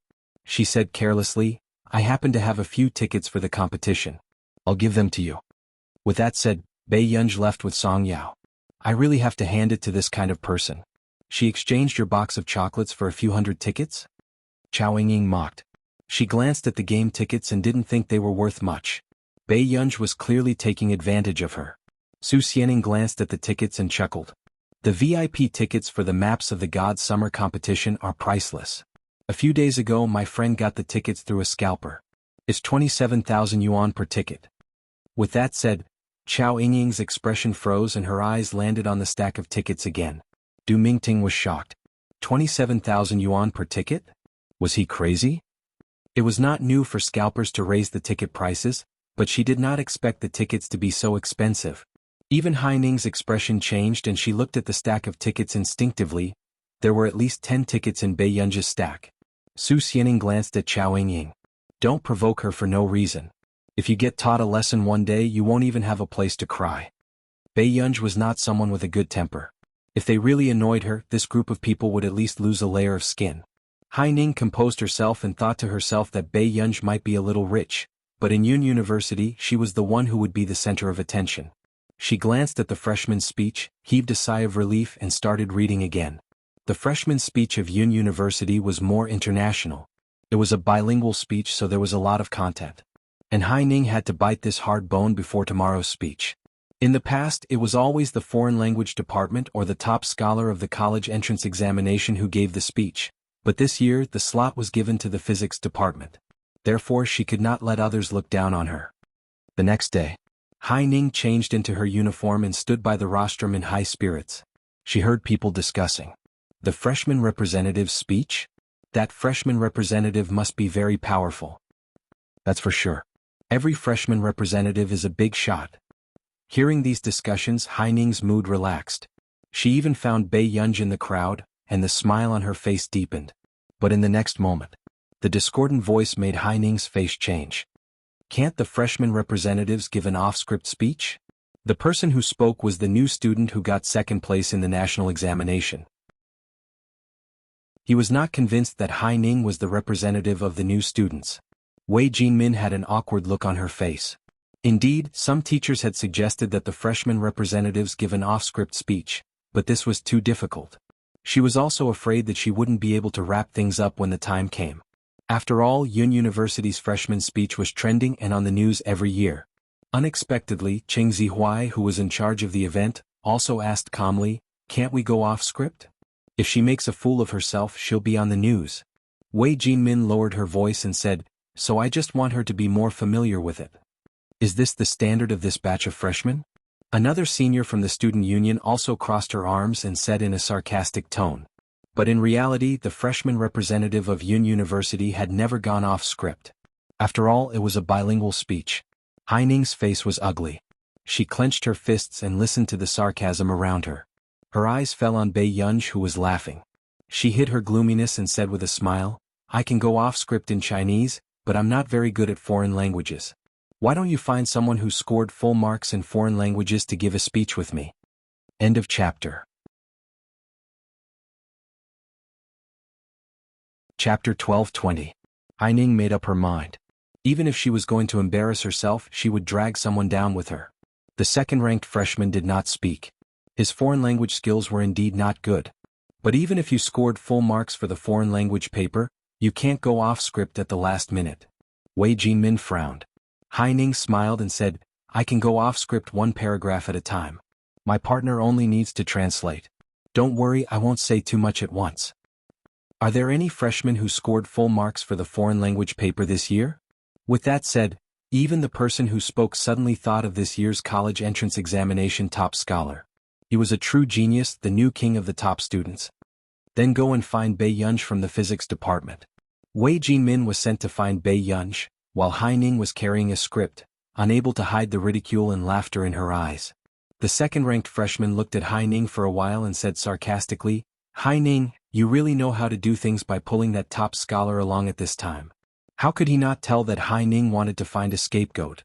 Bei Yunj was still sitting behind Song Yao, watching Song Yao talk to her roommate. She played with Song Yao's hair for a while. Seeing that Song Yao was ignoring her, she raised her beautiful neck and leaned back. "I'm going to make a fuss, Tian Tian." Song Yao was speechless. Song Yao's roommate, who had a good relationship with Bei Yunj, said, "Brother, I'm still listening." Was he so blatantly looking down on her existence? "It's good that you heard it." A certain Pei closed his eyes lazily and raised his eyebrows at his imaginary enemy. Song Yao's roommate was speechless. She did not expect to be so childish when arguing with a big boss. However, this big boss's temper was much better than she had imagined. As long as she bought food for Song Yao, Bei Yunj would bring her some. Suddenly, they saw senior Wei Jinmin, who was very famous in school, running to Bei Yunj panting. "Junior, help. What's wrong?" Bei Yunj took off her hat and looked at Wei Jinmin. "It's just that everyone wanted the freshman to give a bilingual speech at the last minute, but Hai Ning can't memorize that foreign language speech and wants you to help translate it." The moment Wei Jinmin finished speaking, Song Yao's originally gentle voice suddenly turned cold. "Help translate? Senior sister, don't tell me you don't know how difficult it is to translate Yun University's bilingual speech? Are you treating Yunj as an artificial intelligence by asking her to translate temporarily?" It was her first time seeing Song Yao's gentle eyes filled with coldness. Wei Jinmin was terrified instantly. Everyone was afraid of making a fool of themselves, but the actions of these people were nothing more than roasting Bei Yunj on the fire. Hai Ning agreed. "She's going off script one paragraph at a time. As long as Yunj translates it simply, there's no need for her to read too much," Wei Jinmin said. Bei Yunj played with her black hair. After a while, just when Wei Jinmin thought that Bei Yunj would not agree, the corners of Bei Yunj's eyes suddenly curled up. She licked her lips and said, "Sure, but I also have a request. I want to see if you can help me with it." Wei Jinmin, What request? Someone pulled Song Yao and me into the student union and helped us block it. Bei Yunji's casual words made the corners of Wei Jinmin's lips twitch. Wasn't this request too ruthless? Who wasn't eyeing this year's newcomer king covetously? Wei Jinmin took a deep breath. Okay. Song Yao said, Yunj, the speech is trending. You? Bei Yunj smirked and rubbed Song Yao's head before leaving. It's fine. Wait for me to come back. Chapter 12:21. Song Yao looked at Bei Yunji's back view, wanting to say something but hesitating. In the end, she could only purse her lips and remain silent. Bei Yunj changed into Yun University's uniform backstage and walked slowly towards Hai Ning and the rest. The second-ranked freshman stared at her and smiled. You're the top scholar in the National College entrance examination? He thought that this person would know when to back down and would not be so stupid to agree to such a thing at the last minute. After all, if she lost face, she would lose face in the country and even internationally. Bei Yunj hummed calmly and was not in a hurry to look at the script. He only poured himself a glass of water and glanced at Hai Ning, who was memorizing the script attentively. Wei Jinmin was about to go crazy when she saw that this man was not anxious at all. Bei Yunj, aren't you going to familiarize yourself with the script first? Why was it that everything that happened to her didn't seem to be in a hurry? Bei Yunj raised an eyebrow. Do you have a copy for me to see? At this moment, Wei Jinmin and Hai Ning looked at each other and she could not help asking Hai Ning, are you sure you can go off script? Hai Ning suppressed the nervousness in her heart. I can. Bei Yunj glanced at Hai Ning and lowered his head, flipping through the documents on his phone in boredom. Bei Yunj, it's not a small matter to lose face during a speech. The second-ranked freshman could not help reminding her. I know. With Bei Yunj saying this, the rest of the people could not say anything. In the last few minutes, Hai Ning handed the script to Bei Yunj. She relaxed her eyebrows and smiled. Yunj, take a look at the script too. Bei Yunj looked up at her with interest. When their eyes met, Hai Ning immediately turned her head away in a sorry state. She had a feeling that Bei Yunj seemed to know everything. Bei Yunj took the script slowly and glanced at the content carelessly. Seeing this, Hai Ning heaved a sigh of relief and could not help but smile. However, Qing Zihuai looked up at Bei Yunj with a mocking expression. Did he really think that Hai Ning would memorize it completely? Until the freshman ceremony started. Hai Ning and Bei Yunj stood on the podium. The spotlight and livestream cameras landed on them and they had already become the focus of the venue. Especially Bei Yunj's flawless face. Even if she stood lazily at the side, she was still very eye-catching. Song Yao, Bei Yunj is so pretty. Song Yao's roommates were almost becoming fans of Bei Yunj's face. Song Yao was still nervous about Bei Yunj's performance, so she looked up at her absent-mindedly. However, the livestream happened to capture Song Yao's gaze on the stage and the camera followed Song Yao's gaze to Bei Yunj. Down to the up to the end, at the end of the stage, to the stage, to the stage, to the stage, to the stage, to the stage. The live stream was filled with screams. F***ck, F***ck, Yun University's looks are too good this year. Everyone agrees that Song Yao is pretty. What's wrong with that young lady on stage? What a smile. I'm going to die. Her looks were too outstanding, so much so that when the camera swept past Bei Yunj, no one was in the mood to care about anyone else. Everyone. This is the school belle of Yun University, the top scholar of this year's college entrance examination. Sister-in-law's fans are here. I'm crying for my sister's face again. If my couple's cameraman can control the camera like this, I won't be unable to eat candy. Wait, what sister-in-law? Did I just get online? There were always people who were outside the situation and did not know that the person on stage had once become popular. Chapter 12:22. Friend above, did you cut off the internet a long time ago? The discussion in the live broadcast room didn't last long before Hai Ning began her speech as a freshman representative. Halfway through the speech, Hai Ning stood in front of the aerial camera and was inexplicably nervous. She even changed the script and forgot to pause a long section of the speech. F***ck, why did she change the script? The senior who was proofreading the script almost cursed. Wei Jinmin, who was in the broadcast room, saw Hai Ning read a long section of the speech and couldn't help but feel her scalp tingle. She immediately turned off Hai Ning's microphone. But it was too late now. Hai Ning, who also realized this, also changed her expression. She was already halfway through her speech. But when she came back to her senses, she couldn't help but look sideways at Bei Yunj's reaction. She secretly hoped that Bei Yunj would be flustered next. But then, Bei Yunj just casually pressed down on the microphone in front of her, and the following foreign language speech was extremely smooth and standard. The members of the publicity department gradually relaxed, and their eyes were filled with amazement. F***ck, Haining can change the script at the last minute to such a standard? The senior from the foreign language department couldn't believe it. Wei Jinmin watched Bei Yunj's unhurried speech for a few minutes and finally relaxed. She sat down paralyzed. Fortunately, Bei Yunj is still here. If it were anyone else, they would have been killed by Haining. Haining poured out half of the thousands of words in one go. But she said that she would give a speech section by section, leaving gaps and gaps for Bei Yunj to translate. Wasn't she deliberately harming others? Seeing Bei Yunj's calm side profile, Haining finally came to her senses and couldn't help but shiver. How could this be? She thought that Bei Yunj was relying on her good foreign language skills, so she looked at the script and waited for her to translate section by section. But what was the situation now? Bei Yunj really listened to her change of words at the last minute and could directly translate it on the spot? Or did Bei Yunj secretly look at her speech yesterday? Haining's expression was particularly ugly. When Bei Yunj finished translating, she woke up from her daze and hurriedly continued the next section. However, just as the speech was about to end, Haining, who couldn't concentrate, suddenly got stuck and couldn't remember the next sentence. This attracted the attention of all the teachers and students in the school. The people in the broadcast room were even more dumbfounded. Can Haining do it or not? At this moment, Haining's expression changed as well. Just as her heart turned cold, Bei Yunj, who was beside her, suddenly lowered her lips and took over her speech very naturally. This smooth rescue operation avoided the scene of a car accident. The teachers of Yunhua University, who were used to this kind of scene, couldn't help but look at him with admiration. F***ck, did that girl forget her lines? The top scorer's father's rescue operation is so F***king cool. +1, I can see it too. What kind of god is this? He memorized his own speech and also remembered someone else's? The top scorer's father speaks English so well, and it's so standard. I don't have anything to do. I'm just here to kowtow to the top scorer's father and pray that my monthly exam will go smoothly. Thank you, father.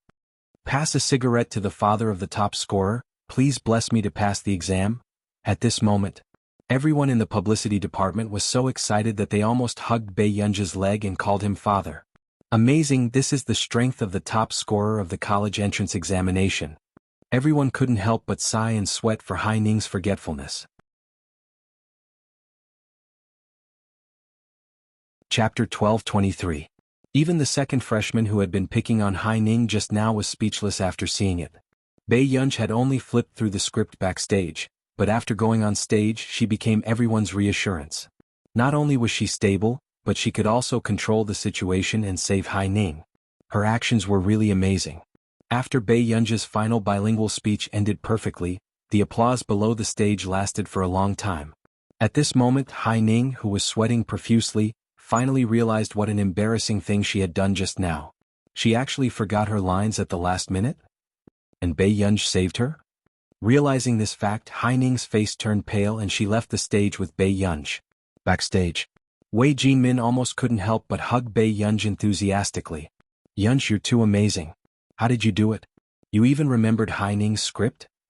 Bei Yunj raised an eyebrow and loosened his tie.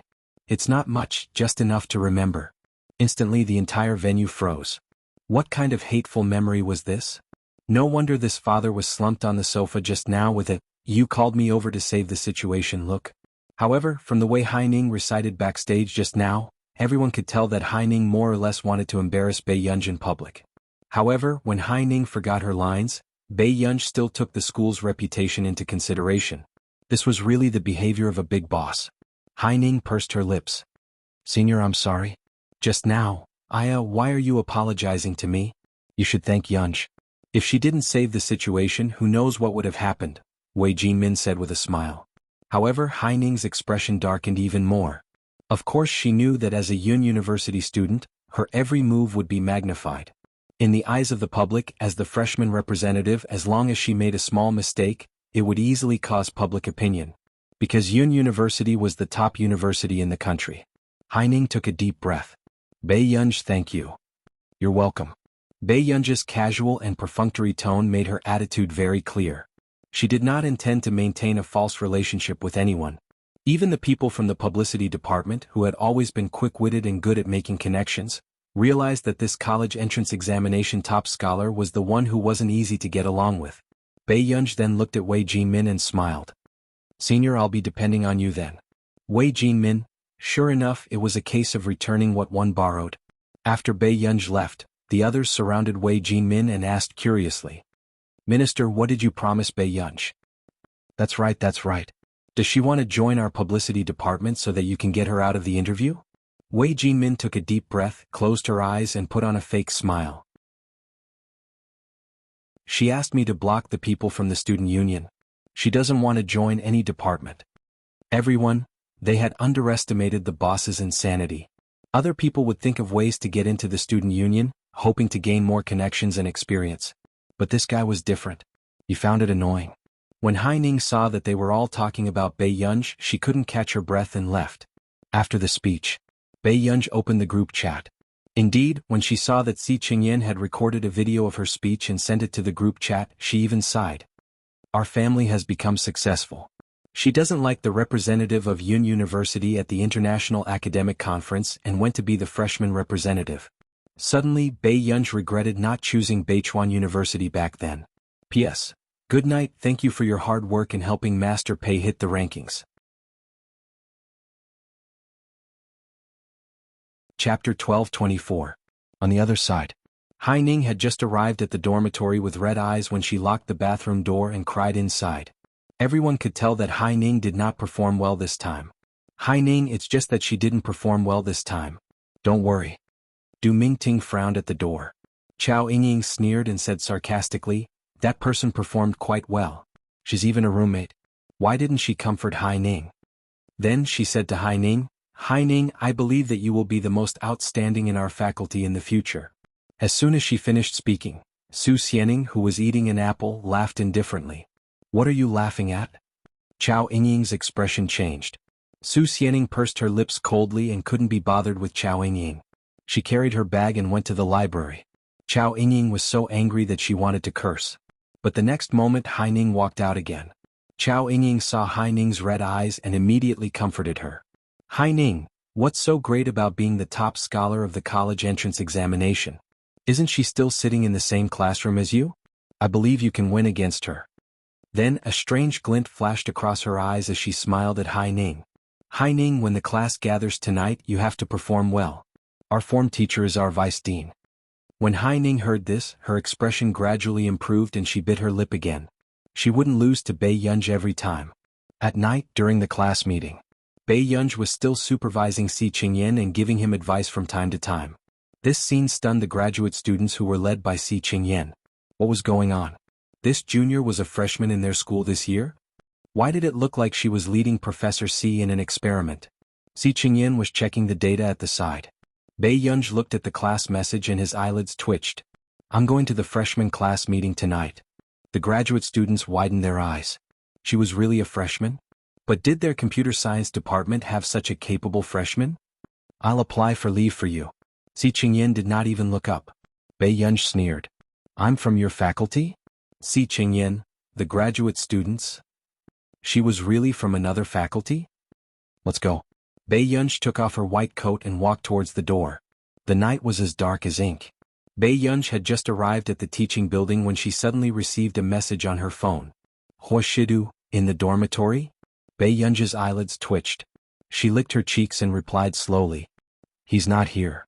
"What happened?" After a while, Bei Yunj saw the man's reply. "At the gate of your school." Bei Yunj felt as if something was scratching her heart. "I'm in the teaching building." Bei Yunj sent her location. About 7 minutes later, the man replied. "Go downstairs." Bei Yunj couldn't help but smile. She lazily propped up her head and read the message. A few minutes later, as soon as Bei Yunj went downstairs, she saw the man in a white shirt and black pants. All eyes were focused on him, but his pale peach blossom eyes were still a little light. He still didn't seem easy to get along with. Bei Yunj heard the discussions of the girls around her and pursed her red lips unconsciously. When she walked in front of the man, Hoshidu happened to turn around and tilt his head slightly. He curled his lips. "Little classmate, good evening?" The man's low voice was very pleasant to the ears, and it was extremely seductive in her ears. Coupled with the man's proactive expression, it was simply cheating. End of this chapter. Chapter 12:25. Bei Yunj, on the other hand, was expressionless. Especially amid the soft and uncontrollable screams around her, she was exceptionally cold. The joy from just now was swept away. "Are you unhappy to see me?"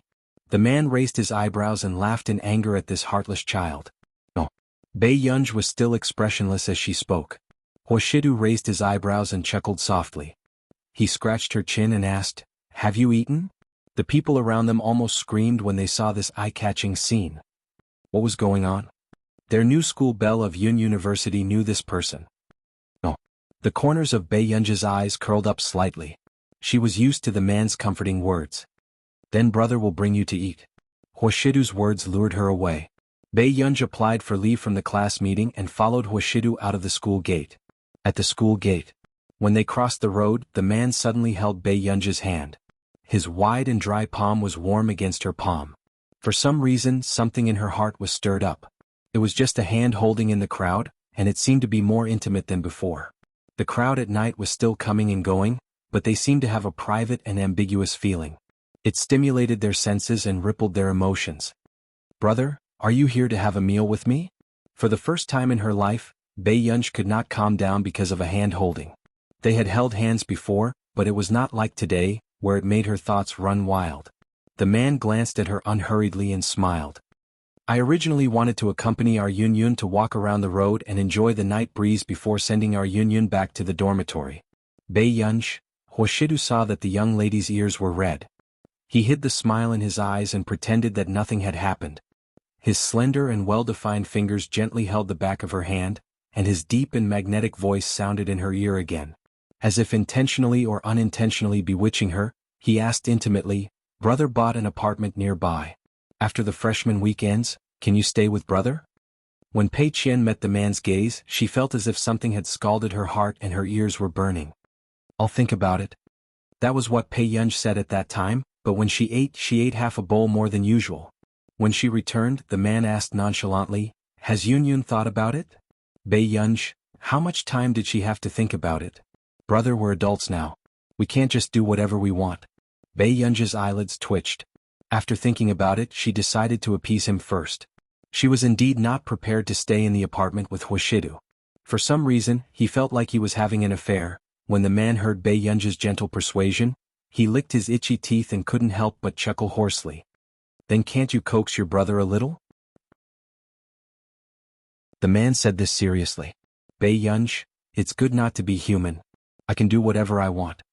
I'll think about it for one more night." It was not because of anything else, but because of the gentleness in the man's eyes today. It was simply too much. She could not think properly. "All right then." Hoshidu was not in a hurry. Instead, he leaned over casually and stuffed the keys into her pocket. Bei Yunj turned her face slightly and could see the mole on the man's sexy Adam's apple trembling with his deep laughter. She blushed and her heart raced. "Brother will wait for you. P.S. Continue in the morning."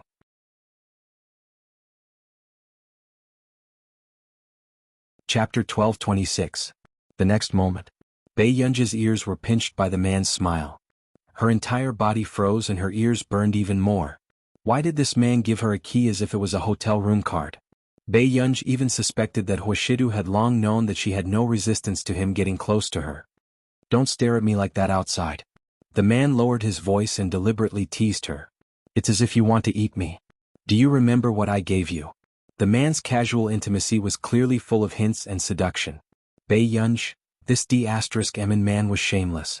Then when he saw Bei Yunj go upstairs, the smile on Hoshidu's lips gradually faded. He lit a cigarette lazily and left. Bei Yunj, who was walking upstairs, could not stop her imagination from running wild. She looked at the key Hoshidu gave her and felt that it was hot. She had a feeling that this thing would open a seductive den of ecstasy. After entering the dormitory, Su Xianing, who was cutting a big mango, looked at Bei Yunj strangely. "What's wrong with you? Is the weather so hot?" She was only wearing a loose t-shirt. Why was her neck so red? Bei Yunj. "Yes. The form teacher asked me to bring you a military training uniform. You're really good. You applied for leave on the first day.